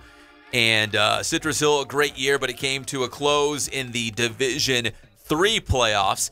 Citrus Hill beat Rancho Verde head-to-head. That's probably their signature victory this season. But they lost to St. Francis by a score of 30-20 in the Division III quarterfinals. But if you're a local football fan, I guess you could say Rancho Verde got some revenge for Citrus Hill. I know they're rivals. They're both in the Val Verde School District. But Rancho Verde came back and they beat St. Francis for that D3 championship in the CIF playoffs. So Rancho Verde, they had Citrus Hill's back, I guess you could say. So that's the Grade 8. The 4 more, in no particular order. All these schools, all 4 of them, had great seasons. Just could not simply crack the Grade 8, but still want to recognize them because they had great years. Let's see. Let's start with Yucaipa. 10-2. The T-Birds, they beat Redlands East Valley for the very first time in school history this season. And if it wasn't for Cajon, because Cajon's really good. If it wasn't for Cajon, Yucaipa could have won that Citrus Belt League Championship. It was actually kind of a close game for a while when they went up against the Cowboys, but Yucaipa finishes at 10-2. Their only losses were in the playoffs and against Cajon in Citrus Belt League play. So they come in the 4 more for us. Paloma Valley at 10-3. Their only losses, Heritage, Cajon, and of course in the playoffs. So they had a great run there as well and made that Menifee Bowl very, very interesting. A 3-point game against Heritage in the final game of the regular season. So Paloma Valley also in our 4 more. Murrieta Mesa, another 4 more team as they finished at 9-4. The Rams going all the way to the CIF Southern Section Division IV semifinals. And of course, they ran into Cajon like a lot of teams do. And that's where they saw their season come to an end. But really a banner season for Murrieta Mesa to go that deep into the playoffs. And finally, our final team in the 4 more, Santiago, the Sharks, in at 7-4. If you go all the way back to week 0, you'll remember that Santiago beat Murrieta Valley on the final play of the game. That was kind of their signature victory and really turned some heads and put the Sharks on the map. So it's good to see Santiago have a great season, get to the playoffs, 7-4 overall. So that is our 4 more, Yucaipa, Paloma Valley, Santiago, and Murrieta Mesa. And one more time, our Grade 8 in order, starting at number 1 and going to 8. Centennial, Heritage, Cajon, the Rancho Verde, Murrieta Valley, Aquinas, a perfect 14-0, Norco, and Citrus Hill. So congratulations to our Grade 8 and 4 more, our final high school football rankings of the season. We'll get that posted on our social media accounts on Instagram and Twitter, and of course on the Inland Sports website, so you can go back and check that out as well in case you're just joining us. When we come back, we'll talk a little college football as we wrap things up. We got some Inland Empire guys going on to bowl games with their college football teams, and they're also coming away with some pretty cool gift baskets. When you go to these college football games, you get cool free stuff. So we'll talk about that as well when we come back here on the Inland Sports Show on Fox Sports IE 1350 AM.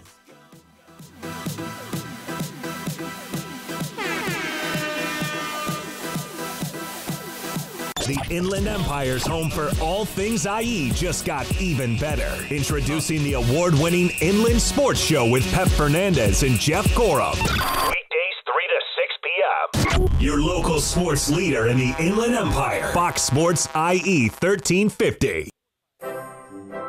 Driving is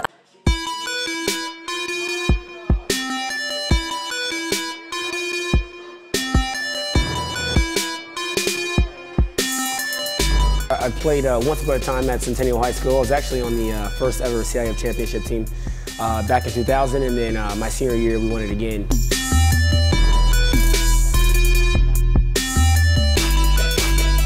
I'd say that's my passion because I've done it. You know, I know exactly where these athletes are at. I know what their mindset is right now. I know how hard it is to, number one, find a performance coach who can take you to the next level.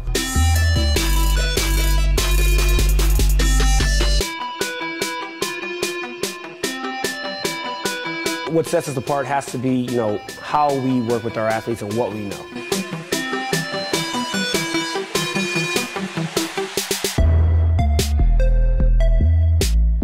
We can take an athlete and help them reach their athletic potential, help them, prevent injuries, help get them stronger.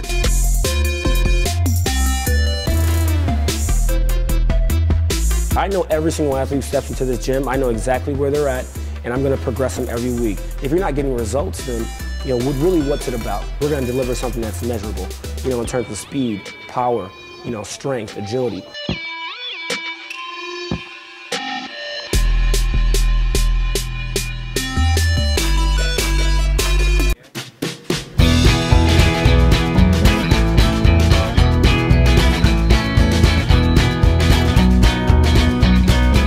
Thank God, first of all. I thank the great people that I've got around me that help support me, the people that work for me. As I started, if it wasn't for the people around me, we probably wouldn't be here right now, but I've got a great staff.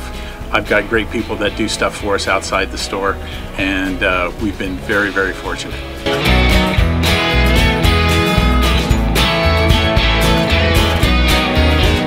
Our service is impeccable, and we just keep trying to get better every year.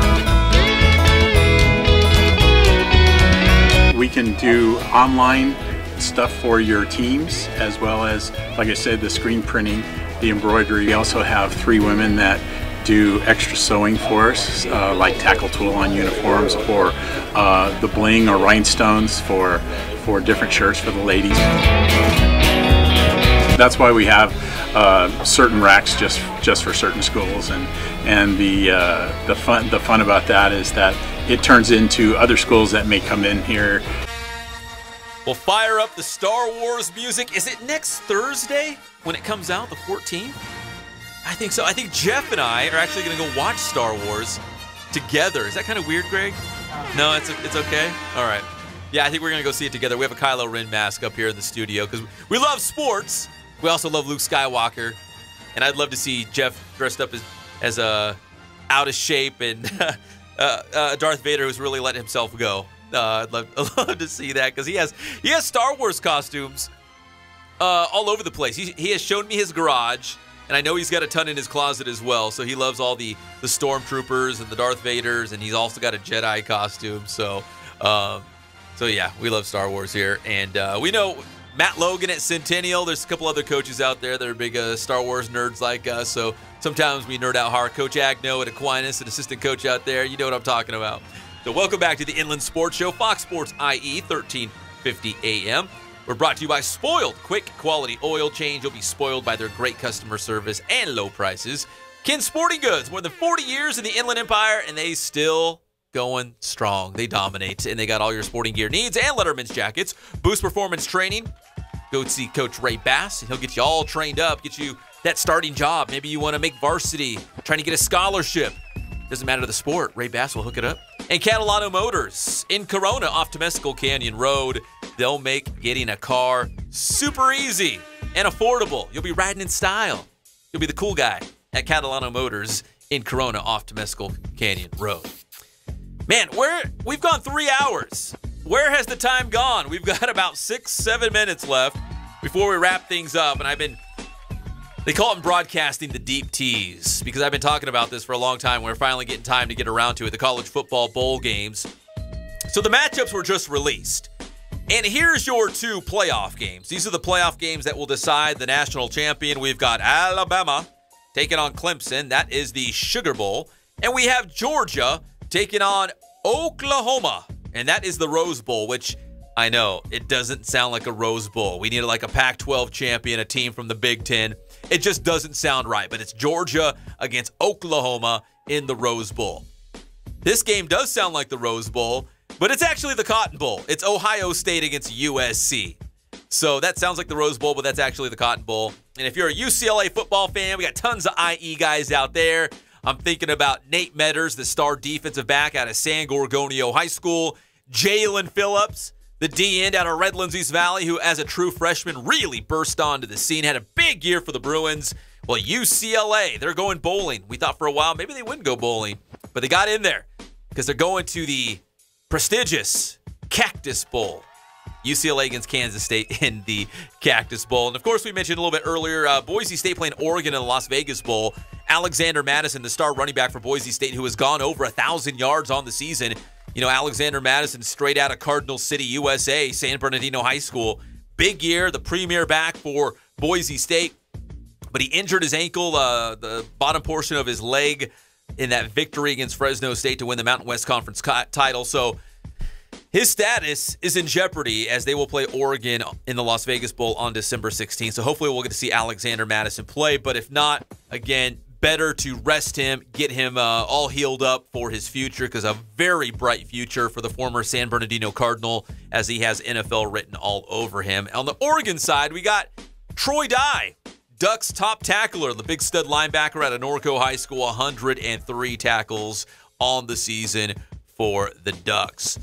So we got local guys all over the place. That's why we want to bring up some of these bowl games. Of course, at USC, Stephen Carr. I want to give him a quick shout out. Stephen Carr earning all Pac-12 honorable mention today. Breaking news this afternoon. Stephen Carr out of Summit High School in Fontana, the Rialto native, getting all Pac-12 honorable mentions as a USC running back, a true freshman. And we got boots on the ground at USC. We've got people over there, and they love Stephen Carr. As a true freshman, they gave him some touches. He got some carries, made the most of them, had a big year. And going into next year, he's going to be the next guy, because USC is tailback U, and Stephen Carr is going to be a superstar for the Trojans if he's not already. All right, real quick. So these bowl games, you get to go to these bowl games. They're awesome. They're on national TV. It's a great experience. But they also give away a bunch of free stuff. That's the good part. You go to the bowl games and they give you a bunch of free stuff. So if you are a player for Alabama or Clemson and you're going to the Sugar Bowl, here's what you get. You get a brand new Fossil watch, a new Era cap, Rock'em socks, and a panoramic game photo. So that's if you go to the Sugar Bowl. If you go to the Rose Bowl, very similar. A lot of these gift packages are close to being the same. So if you play for Georgia or Oklahoma and you go to the Rose Bowl, you get a Fossil watch, an Ogio backpack. Hopefully I'm saying that right. I had to actually look it up. They're nice backpacks. A new Era 950 snapback hat. It's kind of good. I think I'd go with the Sugar Bowl over the Rose Bowl personally. The Cotton Bowl. If you play for USC or the Ohio State, you're going to get something nice at the Cotton Bowl. But guess what? Right now, it's top secret. They're not disclosing what the gift package is. So it must be really good. So if you're Stephen Carr at a Summit and the rest of the guys at USC, like Vianney Talamaval at a Centennial High School, let us know what you got. Blow us up on Twitter at @inlet_sports. Let us know what your gift package was at the Cotton Bowl, because we'd love to know. And for the Ohio State, we got Marcus Baugh. Caught a touchdown against Michigan when Jeff was there watching the game. Marcus Baugh from 3rd in Chicago, JW North High School. So IE guys all the way around in Ohio State versus USC. So that's the Cotton Bowl. That was top secret. We can't even tell you what's going on there for the gifts. The Cactus Bowl for UCLA. Lots of IE guys on UCLA. And here's what the Bruins get against K-State. A Yeti cooler and tumbler. I guess that's cool. A Fossil watch, an Ogio backpack, a legendary hat, JBL Flip 4 speaker, and a blanket. So far, I think the Cactus Bowl, I think it's the best. I think you're getting the most stuff there, the most bang for your buck. That's UCLA, K-State, and the Cactus Bowl. The Las Vegas Bowl, as we mentioned, Alexander Madison for Boise State. There's a couple other IE guys for the Broncos, and then more IE guys for the Oregon Ducks, including Troy Dye, the linebacker out of Norco High School. So the Vegas Bowl coming up on December 16th. They had to throw their gift package together, I guess, real quick, because they're getting an Oakley backpack, Rock'em socks, and a beanie. I guess it's not bad, right? I mean, you're getting it for free, They're just giving you stuff.